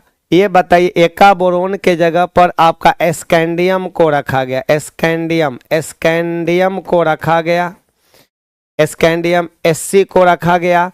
और इसके बाद में एका एल्युमिनियम के जगह पर गैलियम को रखा गया, गैलियम को, गैलियम जिसका होता है Ga को रखा गया। यही तो बात है। तो बताइएगा पहले आपका ये था और बाद में इसका गुण इसके गुण से, यानी इसका गुण जो है इसके गुण से मैच किया, तो कहा गया कि तुम हटो, ओरिजिनल आदमी आ गया, तुम उसके जगह पर आ जाओ। तो भाई यही था कि एका सिलिकॉन के जगह पर जर्मेनियम, एका बोरोन के जगह पर क्या था तो स्कैंडियम था, और एका एल्युमिनियम के जगह पर आपका गैलियम था, एका एल्युमिनियम के जगह पर गैलियम था। सही जवाब 1 नंबर आ जाएगा। कितना नंबर आ गया, 1 नंबर हमारे प्रश्न का सही जवाब आ गया, सही आंसर आ गया। बन गया ना ये, हाँ भाई सही जवाब तो आ ही गया आपका। यहाँ पर कोई दिक्कत नहीं ना, नहीं कोई दिक्कत नहीं है, कोई परेशानी भी नहीं है हमें, ना आपको परेशानी होनी चाहिए, ना हमें परेशानी है तो आपको भी परेशानी नहीं होनी चाहिए। लीजिए अगला क्वेश्चन है, कथन ए और आपका मेंडल का स्वतंत्र अपव्यूहन का नियम, आपका इंडिपेंडेंट असॉर्टमेंट आपका का नियम उन जीनों पर लागू नहीं होता है जो लिंक्ड होती है, सहलग्न होती है। आपका युग्मक निर्माण के दौरान आपका एलील्स का पृथक्करण होती है। तो बताइए इसका सही जवाब कौन होगा। तो सबसे पहली बात तो आप बताइएगा कि फादर ऑफ जेनेटिक्स कौन है। फादर ऑफ जेनेटिक्स की बात करते हैं, जेनेटिक्स की बात करेंगे तो मेंडल साहब है, फादर ऑफ जेनेटिक्स मेंडल साहब है। अगर वही कह दिया जाए कि father of experimental genetics, father of experimental genetics TH Morgan साहब है। कौन है, टीएच मॉर्गन साहब फादर ऑफ एक्सपेरिमेंटल जेनेटिक्स हैं। कौन है, एक्सपेरिमेंटल जेनेटिक्स हैं। अब एक बात बताइएगा, मेंडल द्वारा दिया गया 3 नियम क्या है। मेंडल द्वारा दिया गया 3 नियम, 3 नियम है। उसी में एक नियम ये भी है हमारा इंडिपेंडेंट असॉर्टमेंट नियम है। तो पहला नियम है law of dominance, law of dominance. आपका दूसरा नियम हमारा था ये law of segregation, law of क्या था, segregation, law of SEG ration, segregation, SEGE RATION, segregation. और तीसरा नियम था आपका लॉ ऑफ इंडिपेंडेंट असॉर्टमेंट था, लॉ ऑफ इंडिपेंडेंट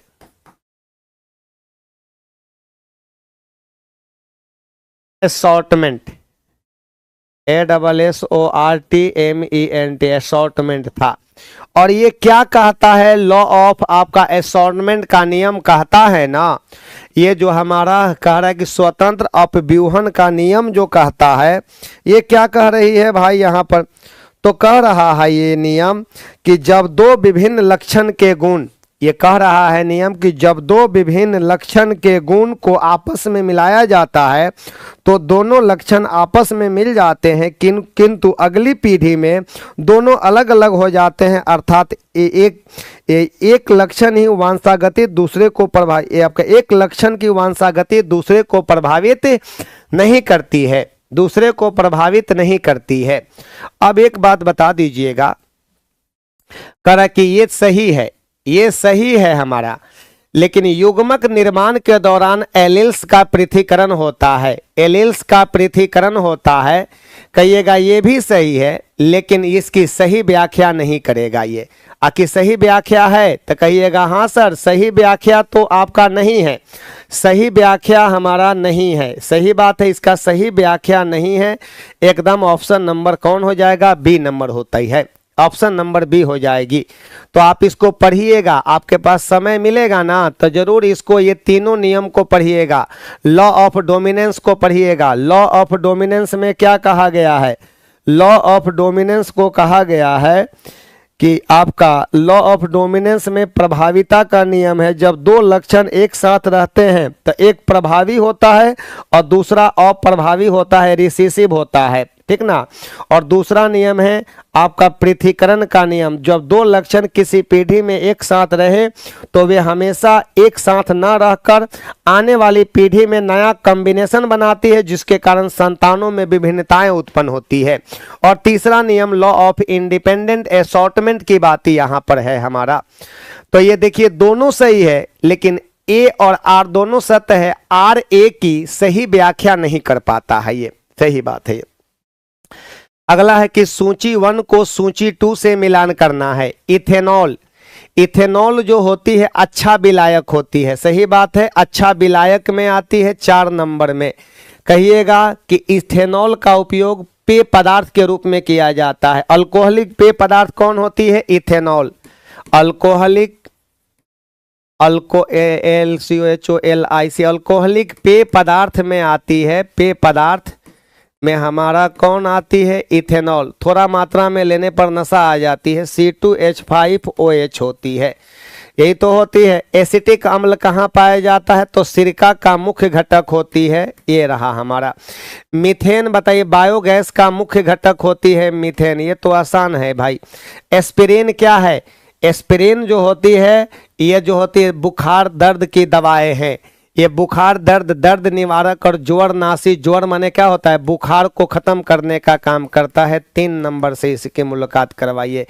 4 1 2 3 है कोई ऑप्शन, 4 1 आपका 2 3, ऑप्शन नंबर सी है हमारा, ऑप्शन नंबर सी हमारे प्रश्न का सही जवाब हो गया। अगले नंबर पर आ जाते हैं। कथन ए और कथन आर, समस्थानिकों के रासायनिक गुण समान होते हैं, सही बात तो है, समस्थानिकों का रासायनिक गुण समान होता है, भौतिक गुण अलग अलग होता है। सुनिए मेरी बात, समस्थानिक की बात करते हैं, जो पूछ रहे हैं उसका जवाब दे दीजिएगा। आइसोटॉप्स, आइसोटॉप्स की बात किया जाए तो कहेंगे कि आइसोटॉप्स के लिए कहिएगा कि रासायनिक गुण जो होती है, रासायनिक गुण समान होती है, भौतिक गुण बराबर क्या होती है, भौतिक गुण बराबर कह दीजिएगा भिन्न भिन्न होती है, भिन्न भिन्न होती है। ये बताइएगा P बराबर Z बराबर E क्या होती है, समान होती है। न्यूट्रॉन की संख्या बराबर कहिएगा भिन्न भिन्न होती है। एक बात बताइएगा, द्रव्यमान संख्या बराबर द्रव्यमान संख्या बराबर कह दीजिएगा भिन्न भिन्न होती है, लेकिन परमाणु संख्या क्या होती है, समान होती है। समस्थानिकों में प्रोटॉनों और इलेक्ट्रॉनों की संख्या समान होती है। सही बात तो है। यहाँ पर जो रासायनिक व्यवहार निर्धारित करते हैं केवल न्यूट्रॉनों की संख्या भिन्न होती है। कहिएगा कि हाँ ए और आर दोनों सत्य है, आर ए की सही व्याख्या है कि नहीं है, आर ए की सही व्याख्या है कि नहीं है, एकदम सही व्याख्या है। एक तत्व के जितने भी समस्थानिक होते हैं, सुनिए, एक ही तत्व के अनेक परमाणु होना चाहिए जिसका रासायनिक गुण समान होता है, भौतिक गुण भिन्न भिन्न होता है। P बराबर Z बराबर E, माने कि एक तत्व के जितने से भी समस्थानिक होते हैं उसके नाभिक में प्रोटॉन की संख्या समान होती है, जिसके कारण परमाणु संख्या भी समान होती है। इलेक्ट्रॉन की संख्या समान होने से रासायनिक गुण समान होता है। भाषा को समझिएगा, सबको लिखना, लिखेंगे तो एक पन्ना हो जाएगा, जगह पर कम पड़ जाएगा। न्यूट्रॉन की संख्या बराबर भिन्न भिन्न होती है, तब हम लोग कहेंगे द्रव्यमान संख्या भिन्न भिन्न होती है। यही बातें हैं और यही बातें लिखी हुई भी है। अगले नंबर पर आ जाइएगा आप लोग। अगला क्वेश्चन क्या है, स्टीफन के नियम के अनुसार एक कृष्ण पिंड द्वारा उत्सर्जित विकिरण E उसके परम ताप से किस प्रकार संबंधित है। तो एक बात बताइएगा, ब्लैक बॉडी क्या है। कहिएगा वैसी वस्तु जिन पर पड़ने वाली लगभग सभी उष्मा विकिरणों को एब्जॉर्ब कर ली जाती है, क्या कहलाता है, ब्लैक बॉडी कहलाता है, कृष्ण पिंड कहलाता है। और ये कहा गया है स्टीफन के नियम में, कहिएगा कि ये जो होती है E बराबर सिग्मा T का पावर 4 होती है। यही बात कहा गया था स्टीफन के नियम में। स्टीफन का नियम यही है हमारा, इसी को कहते हैं स्टीफन का नियम कहते हैं। और इसमें कहा गया है कि E जो होती है डायरेक्टली प्रोपोर्शनल T का पावर 4। T का मतलब होती है परम ताप होती है, एब्सोल्यूट टेम्परेचर इन केल्विन। देखिए स्टीफन साहब का कहना था ना कि किसी गर्म वस्तु को, अगर गर्म वस्तु से उष्मा जो निकल रही है उसके बारे में बताया गया था। स्टीफन साहब का कहना था कि किसी गर्म वस्तु के इकाई क्षेत्रफल से इकाई सेकंड में, सुनिए, किसी गर्म वस्तु के इकाई क्षेत्रफल से इकाई सेकंड में जो उष्मा उत्सर्जित होती है उसके परम ताप के चतुर्थ घात का समानुपाती होती है Q A इंटू T बराबर सिग्मा T का पावर 4। और इसी के बदले में हम लोगों ने क्या दे दिया, E दे दिया।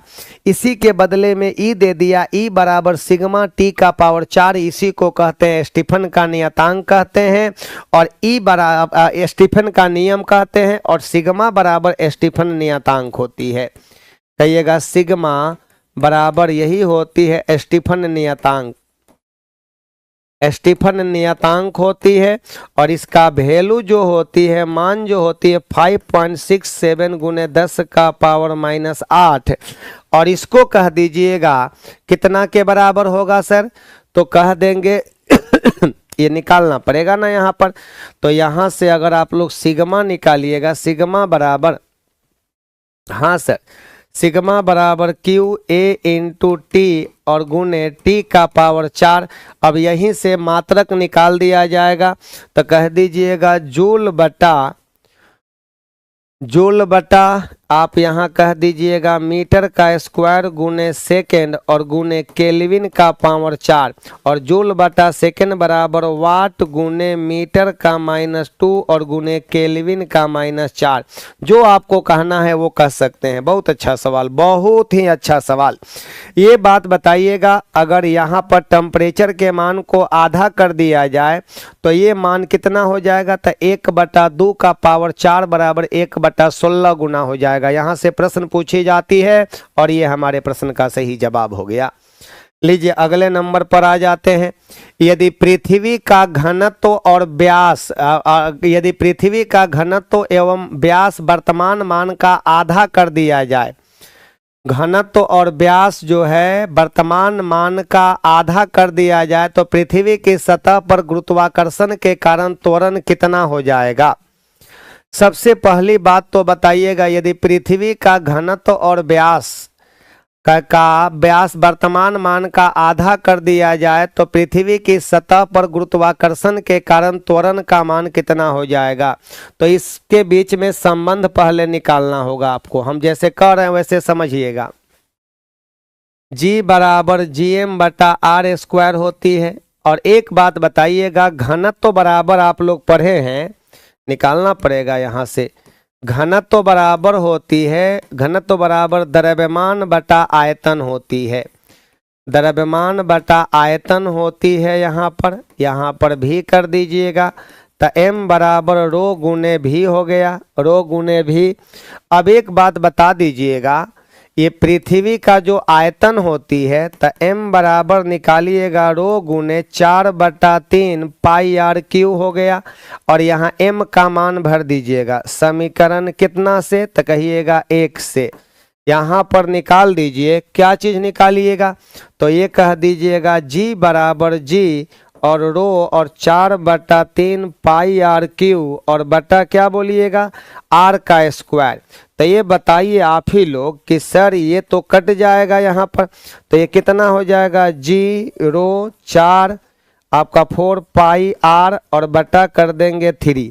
अब एक बात बताइएगा, यदि पृथ्वी का घनत्व हो गया रो, घनत्व माने रो, और आपका व्यास वर्तमान मान का आधा कर दिया जाए, तो व्यास आधा कर देंगे तो त्रिज्या, व्यास पहले ये था और व्यास अब आधा कर देंगे तो त्रिज्या भी आधा हो गया ना।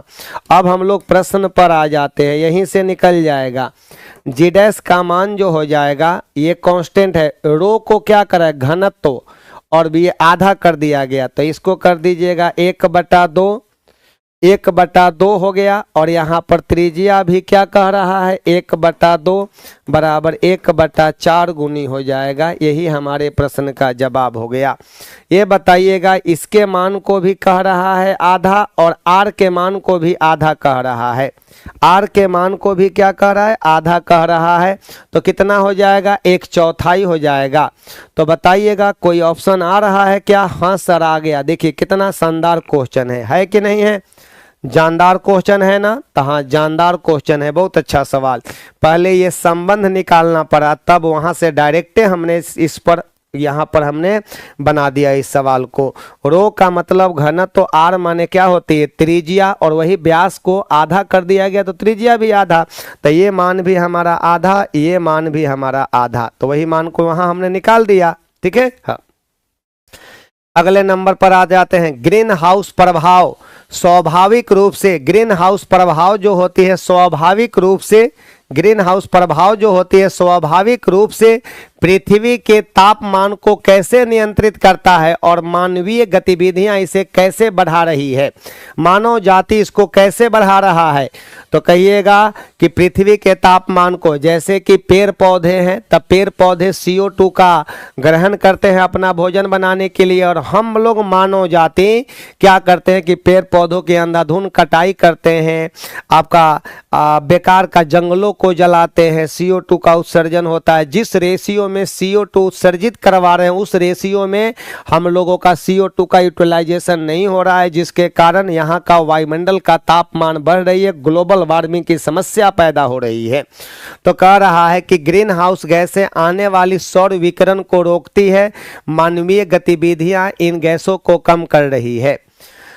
चलिए भाई, यहाँ पर अगला क्वेश्चन कह रहा है कि आप बोला ग्रीन हाउस गैसें पृथ्वी से आने वाली औरक्त विकिरण को, ये लीजिए औरक्त विकिरण को अवशोषित करती है। हाँ, वो आपका ग्रीन हाउस पृथ्वी से आने वाली औरक्त विकिरण को क्या करती है ऑब्जर्व करती है, वायुमंडल गर्म होता है, मानवीय गतिविधियां इन गैसों की सांद्रता बढ़ा रही है। एकदम सही जवाब हो गया, यही तो आ गया, बाकी कोई जवाब हमें सोचना ही नहीं है। चलिए 34 का बी नंबर ऑप्शन सही हो गया। अगला सवाल पर आइएगा। जब जलीय सोडियम क्लोराइड जलीय सोडियम क्लोराइड को लवण जल कहते हैं, कौन जल? लवण जल के नाम से जानते हैं। बिजली प्रवाहित की जाती है तो क्लोर क्षार प्रक्रिया में कौन से उत्पाद बनते हैं? सही बात है, क्लोर क्षार अभिक्रिया। देखिए NaCl और प्लस H2O लवण जल यही होती है। जब इससे इलेक्ट्रिसिटी पास कराई जाती है इलेक्ट्रिसिटी पास कराई जाती है तो ये बनता है NaOH प्लस क्या बनता है H2 और प्लस Cl2 बनती है। यही तो बन गया। अब इसको बैलेंस करना है तो बैलेंस कर दीजिएगा आप लोग। तो क्लोरीन 2 गो है तो यहाँ 2 कर दीजिए हुजूर। और इसके बाद में हमारा और क्या क्या है, हाइड्रोजन यहाँ पर हो गया तो यहाँ 2 कर दीजिएगा। हाइड्रोजन 2 गो यहाँ 2 गो यहाँ 4 गो हाइड्रोजन हमारा कह देंगे कि सर यहाँ 2 कर दीजिएगा। ऑक्सीजन 2 गो हो गया। बैलेंस है क्या? हाँ बैलेंस है।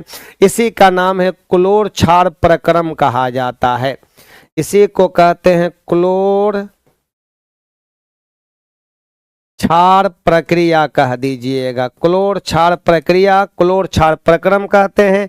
और इसका जवाब आप लोगों का आ रहा है, ये रहा सी नंबर ऑप्शन। अगले नंबर पर आ जाते हैं। ये लीजिए भाई, मेरा सवाल ये शायद नहीं है कि है। इस प्रश्न में दो कथन 1 और 2 दिए गए हैं। ये कथन स्वतंत्र कारण हो सकते हैं या स्वतंत्र कारण से प्रभावित भी हो सकता है। दोनों कथन को पढ़िए और सही उत्तर का चयन कीजिएगा। देखिए हाँ मेरा ही क्वेश्चन है ये हमारा एनवायरनमेंट का क्वेश्चन है। ये शहर एक्स के, देखिए शहर एक्स के सरकारी प्राधिकारी सर्दियों में के दौरान शहर में वायु प्रदूषण को कम करने के लिए विभिन्न समाधानों की खोज कर रहे हैं। शहर एक्स के सरकारी पदाधिकारी हो गए हमारे, सर्दियों के दौरान शहर में वायु प्रदूषण को कम करने के लिए विभिन्न समाधानों की खोज कर रहे हैं। पिछली सर्दियों के दौरान शहर एक्स में अस्थमा के मामलों में तीव्र वृद्धि देखी गई। एक कारण है, 2 इसका संभावित प्रभाव है। एक कारण है कम करने के लिए इंसान खोज कर रहे हैं। चलिए नहीं, यहाँ पर ये हमारा गलत हो गया। ये हमारा क्या हो जाएगा तो कहिएगा कि हाँ सर ये तो हमारा गलत हो गई। लीजिए ये हमारा पहला गलत। 1 और 2 दोनों स्वतंत्र कारणों से प्रभाव है। गलत, स्वतंत्र कारणों के प्रभाव हैं। 1 और 2 स्वतंत्र कारण है। 2 कारण है और 1 इसका संभावित प्रभाव है। हाँ तो सही तो बात है। 2 कारण हो गया और 1 इसका क्या है, संभावित प्रभाव है। 1 इसका संभावित प्रभाव है। संभावित इसका क्या है, हमारा प्रभाव है। सही जवाब हो गया D number option. D number option सही है। ये सब लॉजिकल टाइप का है ये। अगला है कि सूर्य है एक, क्या है भाई सूर्य क्या है? एक आपका लाल तारा है कि पीला तारा है कि श्वेत तारा है? तो बताइएगा सूर्य क्या है, श्वेत तारा में आता है कि आपका पीला तारा में आता है? तो सूर्य किस में आती है बता दीजिएगा इसका। ये ज्योग्राफिकल क्वेश्चन है, ज्योग्राफी टाइप का क्वेश्चन है। आप लोग जवाब नहीं दे रहे हैं। सूर्य है एक, पीला तारा, लाल तारा, श्वेत तारा, कौन है? तो कहिएगा सूर्य पीला तारा में आती है। सूर्य जो होती है पीला तारा में आती है कि श्वेत तारा में आती है कि लाल तारा में आती है? तो इसका जवाब दे दीजिएगा। तो बताइएगा, ये बताइएगा सूर्य एक जी टाइप मुख्य अनुक्रम तारा के अंतर्गत आती है, ठीक ना? हाँ, सूर्य जो है किस तारे के अंतर्गत रखा गया है सूर्य को? तो सूर्य को हम लोग पीला तारा में रखते हैं। कौन तारे में रखेंगे? पीले तारे में रखेंगे, पीले तारे में रखेंगे। चलिए पीला तारा के अंतर्गत सूर्य को रखा गया है, पीला तारा में रखा गया है। याद रखिएगा इसको, इसमें कुछ नहीं कहा जा सकता है। हाइड्रोकार्बन के पूर्ण दहन के परिणाम स्वरूप, हाइड्रोकार्बन, कार्बन नहीं है, हाइड्रोकार्बन, जैसे CH4 की बात करते हैं, ऑक्सीजन के प्रेजेंटेशन में जलाइएगा तो क्या मिलता है? CO2 मिलता है, H2O मिलता है और प्लस में प्रकाश और ऊर्जा मिलती है। प्रकाश एवं उष्मा मिलती है। तो कह देंगे कि हाइड्रोकार्बन के पूर्ण दहन के परिणाम स्वरूप निम्नलिखित में से क्या प्राप्त होता है? तो कहिएगा CO2 और H2O प्राप्त होती है। और सिर्फ कार्बन को जलाइएगा, जैसे आपका ये हीरा को, ग्रेफाइट को, ये सब को जलाइएगा तो सिर्फ CO2 मिलेगा, जल यहाँ से नहीं मिलेगा, जल नहीं मिलेगा। अब इसको बैलेंस देखिए है कि नहीं है, बैलेंस कर दीजिएगा। तो यहाँ 2 लगा दीजिएगा ऑक्सीजन 2 गो हो गया, 2 गो यहाँ 4 गो, तो यहाँ 2 लगा दीजिएगा। हो तो गया भाई मेरे। तो एक बात बता दीजिएगा, यहाँ पर हमारे प्रश्न का सही जवाब बन गया। हो गया ना ये सही जवाब। तो लीजिए भाई, ऑक्सीजन को गो हो गया, तो कहिएगा 4 गो, 2 गो यहाँ, 2 गो यहाँ, 4 गो हो गया। कार्बन हमारा हो गया, ये हमारा सही जवाब है ना, ये बैलेंस है ना, देख लीजिएगा एक बार। कार्बन उधर में एगो है, इधर में भी एगो है, ऑक्सीजन 2 गो यहाँ, 2 गो यहाँ, 4 गो, ऑक्सीजन 4 गो, हाइड्रोजन 4 गो, सही जवाब हो गया। अगला नंबर है कि बल्ब का फिलामेंट किस धातु का बना होता है? विद्युत बल्ब का फिलामेंट टंगस्टन धातु का बना होता है, डब्लू माने टंगस्टन का बना होती है। और ये बताइए, हीटिंग एलिमेंट होती है, हीटिंग एलिमेंट क्या चीज का? Heating element, ELEMENT, heating element nichrome का बना होता है। नाइक्रोम एक मिश्र धातु है, किसका? तो निकेल कहिएगा, क्रोमियम कहिएगा, मैग्नीज प्लस लोहा, Mn प्लस लोहा का बना मिश्र धातु होती है नाइक्रोम, जिसको कहते हैं मिश्र धातु है ये। अगले नंबर पर आ जाते हैं, LPG का फुल फॉर्म पूछ रहा है। तो LPG की बात करते हैं, तो क्या बोलिएगा? लिक्विफाइड पेट्रोलियम गैस होती है, लिक्विफाइड पेट्रोलियम गैस कहते हैं, जिसको LPG का नाम दिया गया है। तो ये बताइएगा, पेट्रोलियम गैस है और वो पेट्रोलियम गैस को लिक्विफाइड किया गया है, तब बनाया गया है LPG। तो क्या बोलिएगा? Liquidated petrol gas, liquefied petroleum gas, एकदम सही जवाब D number, liquefied petroleum gas. अगले नंबर पर आ जाते हैं, इसका जवाब तो बन गया। पदार्थ की नवीनतम खोजी गई अवस्था कौन सी है? तो ये बताइएगा, चौथी अवस्था तो ये है, चौथी अवस्था, फोर्थ स्टेज है। और ये जो है हमारा 5वीं अवस्था है, कहिएगा 5वीं अवस्था, फिफ्थ अवस्था, ये 5वीं अवस्था है, जिसका नाम क्या है? BEC कहते हैं, बोस आइंस्टीन कंडेंसेट के नाम से जानते हैं। इस अवस्था के लिए सत्येंद्र नाथ बोस ने भविष्यवाणी किया था। पदार्थ की 5वीं अवस्था के लिए सत्येंद्र नाथ बोस ने भविष्यवाणी किया, और उनके आपका सत्येंद्र नाथ बोस ने कुछ गणनाएं किए थे। इस अवस्था के लिए, BEC की अवस्था के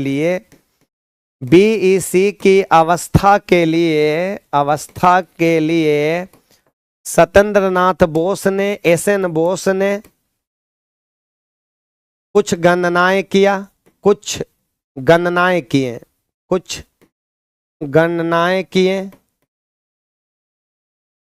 तथा इन गणनाओं के आधार पर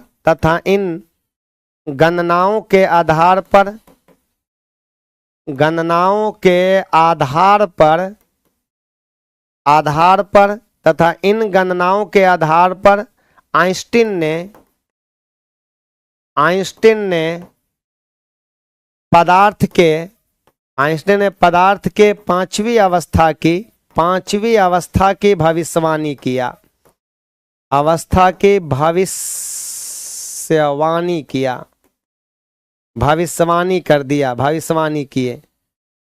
भविष्यवाणी किए। तो बताइएगा, भविष्यवाणी किए। तो बताइएगा, BEC की अवस्था के लिए SN बोस ने कुछ गणनाएं किए, तथा इन गणनाओं के आधार पर आइंस्टीन ने पदार्थ के 5वीं अवस्था की भविष्यवाणी किए। तो ये बताइएगा 5वीं अवस्था की भविष्यवाणी। और ये बताइए, इस अवस्था के लिए अमेरिका के 3 वैज्ञानिकों को सन 2001 में नोबेल पुरस्कार दिया गया था। आपसे कह दिया जाएगा कि इस अवस्था को प्राप्त करने के लिए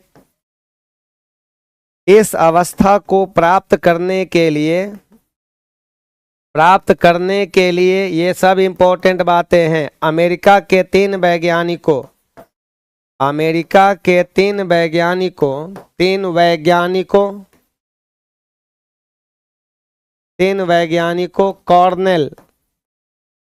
कॉर्नेल हो गए,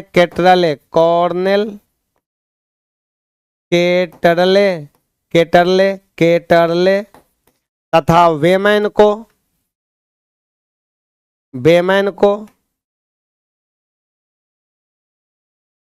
सन 2001 में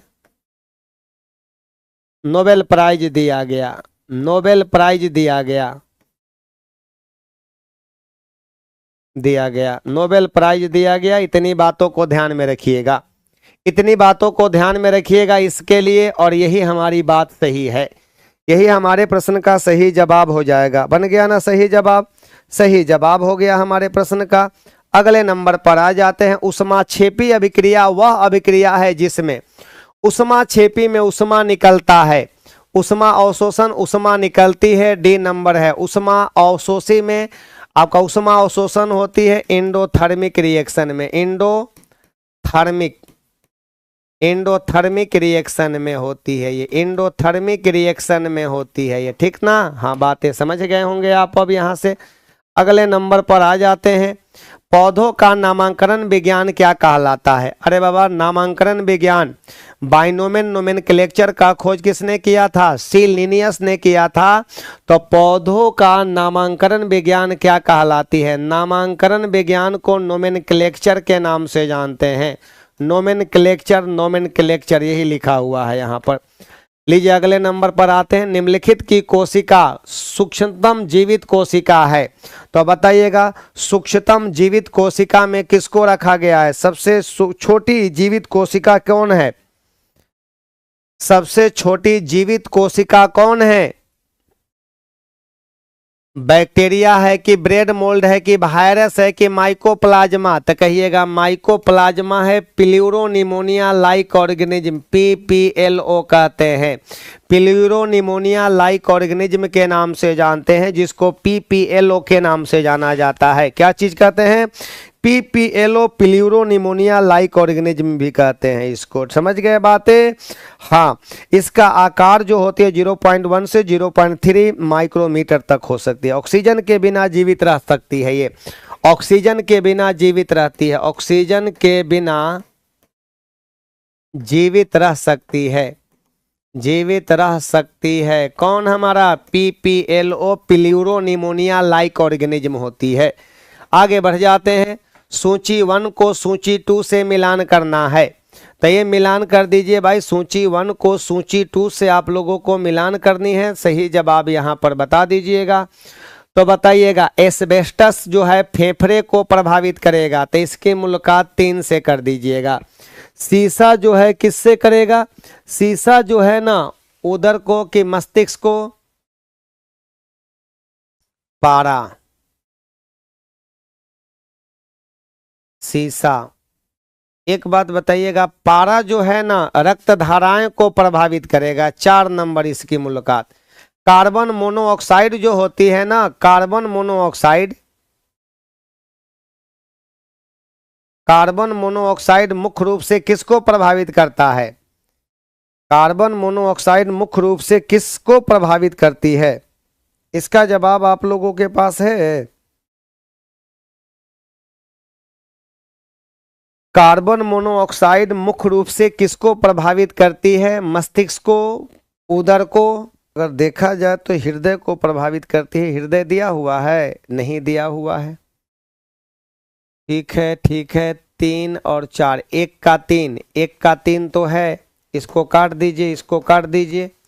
और यहाँ पर C का 4 दिया हुआ है, C का 4 इसमें दिया हुआ है, C का 4 इसमें दिया हुआ, तो इसको भी हटा दीजिए। ये आंसर हमारा तब सही हो जाएगा, ये C नंबर ऑप्शन तब सही हो जाएगा ये। चलिए यहाँ से देख लीजिएगा। निम्नलिखित में कौन सी कवक औषधि के रूप में महत्वपूर्ण होती है? कौन सी कवक औषधि के रूप में? देखिए शीशा जो है ना ब्रेन को ही ज्यादा नर्वस तंत्रिका तंत्र को ज्यादा प्रभावित करती है।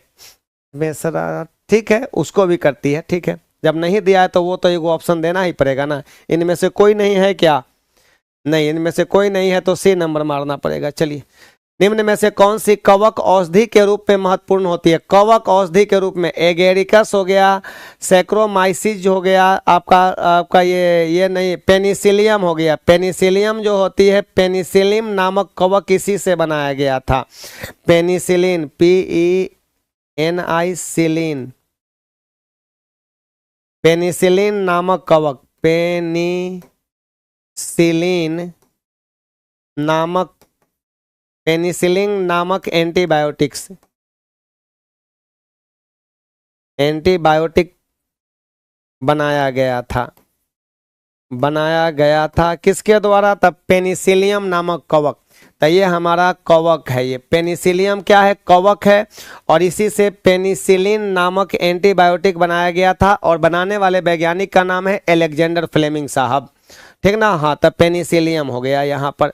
अगला है कि गति के तीसरे नियम के अनुसार बल और प्रतिबल और एवं प्रतिक्रिया, माने क्रिया और प्रतिक्रिया के बारे में कह रहा है कि न्यूटन के गति के तीसरे नियम के अनुसार क्रिया और प्रतिक्रिया कहिएगा कि अलग अलग वस्तुओं पर लगते हैं और दोनों का मान समान होती है। तो समान दिशा में अलग अलग वस्तुओं पर, समान दिशा में नहीं, गलत हो गया ये, दिशाओं में एक ही वस्तु पर, कहिएगा गलत, समान दिशाओं में एक ही वस्तु पर, ये भी गलत, ये भी गलत, विपरीत दिशाओं में अलग अलग वस्तुओं पर कार्य करते हैं।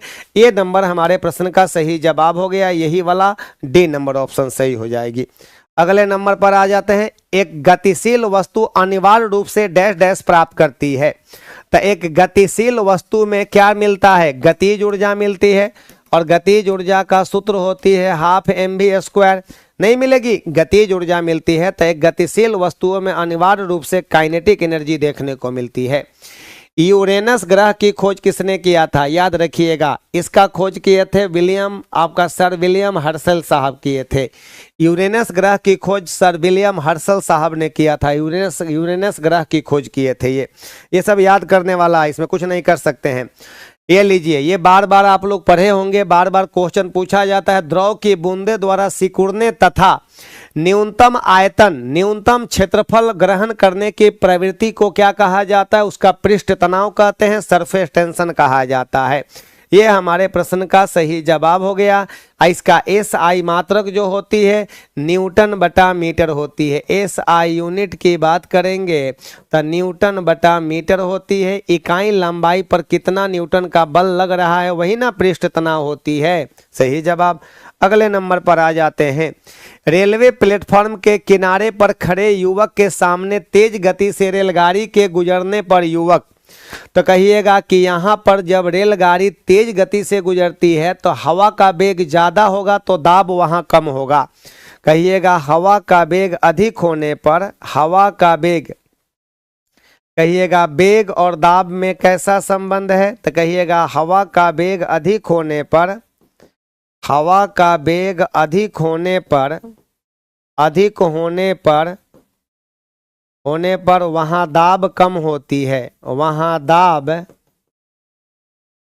हवा का वेग अधिक होने पर वहाँ दाब कम होती है। हवा का वेग अधिक होने पर वहाँ दाब कम होती है। ये बात बर्नौली साहब बताए थे। तो बताइएगा, जब अति उच्च वेग से रेलगाड़ी गुजरती है तो रेलगाड़ी के बगल में हवा का वेग ज़्यादा है और हम कुछ दूरी पर खड़े हैं तो हवा का वेग कम है। यहाँ तब वेग कम है तो यहाँ दाब ज़्यादा होगा, वहाँ वेग ज़्यादा है तो दाब कम होगा। दोनों जगह दाबों में अंतर हो गया तो ये वाला जाएगा उसको भरने के लिए, तो हम लोग रेलगाड़ी की ओर खिंचाएंगे। तो बताइएगा, गुजरते हैं आपका रेलगाड़ी से, आपका तेज गति से रेलगाड़ी के गुजरने पर युवक कोई प्रभाव नहीं पड़ता है। गलत, प्लेटफॉर्म पर गाड़ी से दूर जा गिरता है, नहीं, गाड़ी की ओर गिर पड़ता है। बर्नौली प्रमेय ये बात कहता है। कौन प्रमेय? बर्नौली प्रमेय के अनुसार। बर्नौली प्रमेय के अनुसार यहाँ पर आप लोग जब बर्नौली प्रमेय पढ़ेंगे ना तो वही बात यहाँ पर कहा गया है। जहाँ किसी द्रव या गैस का वेग अधिक होती है वहाँ दाब कम होती है। जहाँ किसी द्रव या गैस का वेग अधिक होती है वहाँ दाब कम होती है। हवा का वेग अधिक होने पर वहाँ दाब कम होती है। ठीक ना? हाँ, यही बातें कहा गया है। लीजिए, बर्नौली प्रमेय के अनुसार देखा गया है ये लीजिए। अगला है, कौन सी विद्युत चुंबकीय तरंग नहीं है? रेडियो तरंग विद्युत चुंबकीय है, औरक्त भी विद्युत चुंबकीय है, परावर्त ध्वनि तरंग विद्युत चुंबकीय है नहीं, ये हमारा यांत्रिक तरंग में आती है। यांत्रिक तरंग में आती है और यांत्रिक तरंग विद्युत चुंबकीय, क्योंकि हम लोग तरंग को दो भागों में बांटते हैं, एक यांत्रिक तरंग होती है और एक होता है विद्युत चुंबकीय तरंग। ठीक ना? तो ध्वनि तरंग यांत्रिक तरंग में आती है। अगले नंबर पर आ जाते हैं, ध्वनि का वेग अधिकतम होता है। सुनिए, ध्वनि का वेग जो होती है ना, ध्वनि का जो वेग होती है, और ये कह दीजिएगा √10 क्या चीज के? तो कहिएगा ध्वनि का वेग जो होती है आपका ध्वनि का वेग जो होती है, यहाँ पर आप कह दीजिएगा कि ध्वनि का वेग, कहेंगे कि किसी गैस में ध्वनि का वेग जो होती है उस गैस के आणविक सूत्र द्रव्यमान के वर्गमूल का व्युत्क्रमानुपाती होती है। यही बात तो कहा गया है कि m का मतलब होती है गैसों का आणविक सूत्र द्रव्यमान। गैस का आणविक सूत्र द्रव्यमान, गैस का आणविक सूत्र द्रव्यमान, आणविक सूत्र द्रव्यमान हो गया हमारा ये गैस का आणविक सूत्र द्रव्यमान। तो एक बात बताइएगा, यहाँ पर कह देंगे कि H2 का द्रव्यमान 2 हो गया, इसका हो गया 28 हो गया, इसका हो गया 4 हो गया, इसका हो गया 32। तो किसमें ध्वनि की चाल सबसे ज़्यादा होगी? तो कह दीजिएगा हाइड्रोजन गैस में, क्योंकि ये हल्का गैस है। कौन गैस है? हल्का गैस है। तो कहेंगे कि ध्वनि की चाल जो होती है उस गैस के आणविक सूत्र द्रव्यमान के वर्गमूल का उल्टा होता है, व्युत्क्रमानुपाती होती है। एक नंबर ऑप्शन सही है। तो 130 का कितना आ जाएगा हमारा? तो 130 का एक नंबर ऑप्शन सही हो जाएगा। अगले नंबर पर आ जाइए आप लोग। एक मानक पैमाना वाले, ये अंतिम क्वेश्चन है, एक मानक पैमाने वाले आधुनिक मरकरी थर्मामीटर का आविष्कार किसने किया था? लो भाई, एक मानक पैमाने वाले आधुनिक मरकरी थर्मामीटर, मरकरी थर्मामीटर माने पारा थर्मामीटर, मरकरी माने क्या होती है?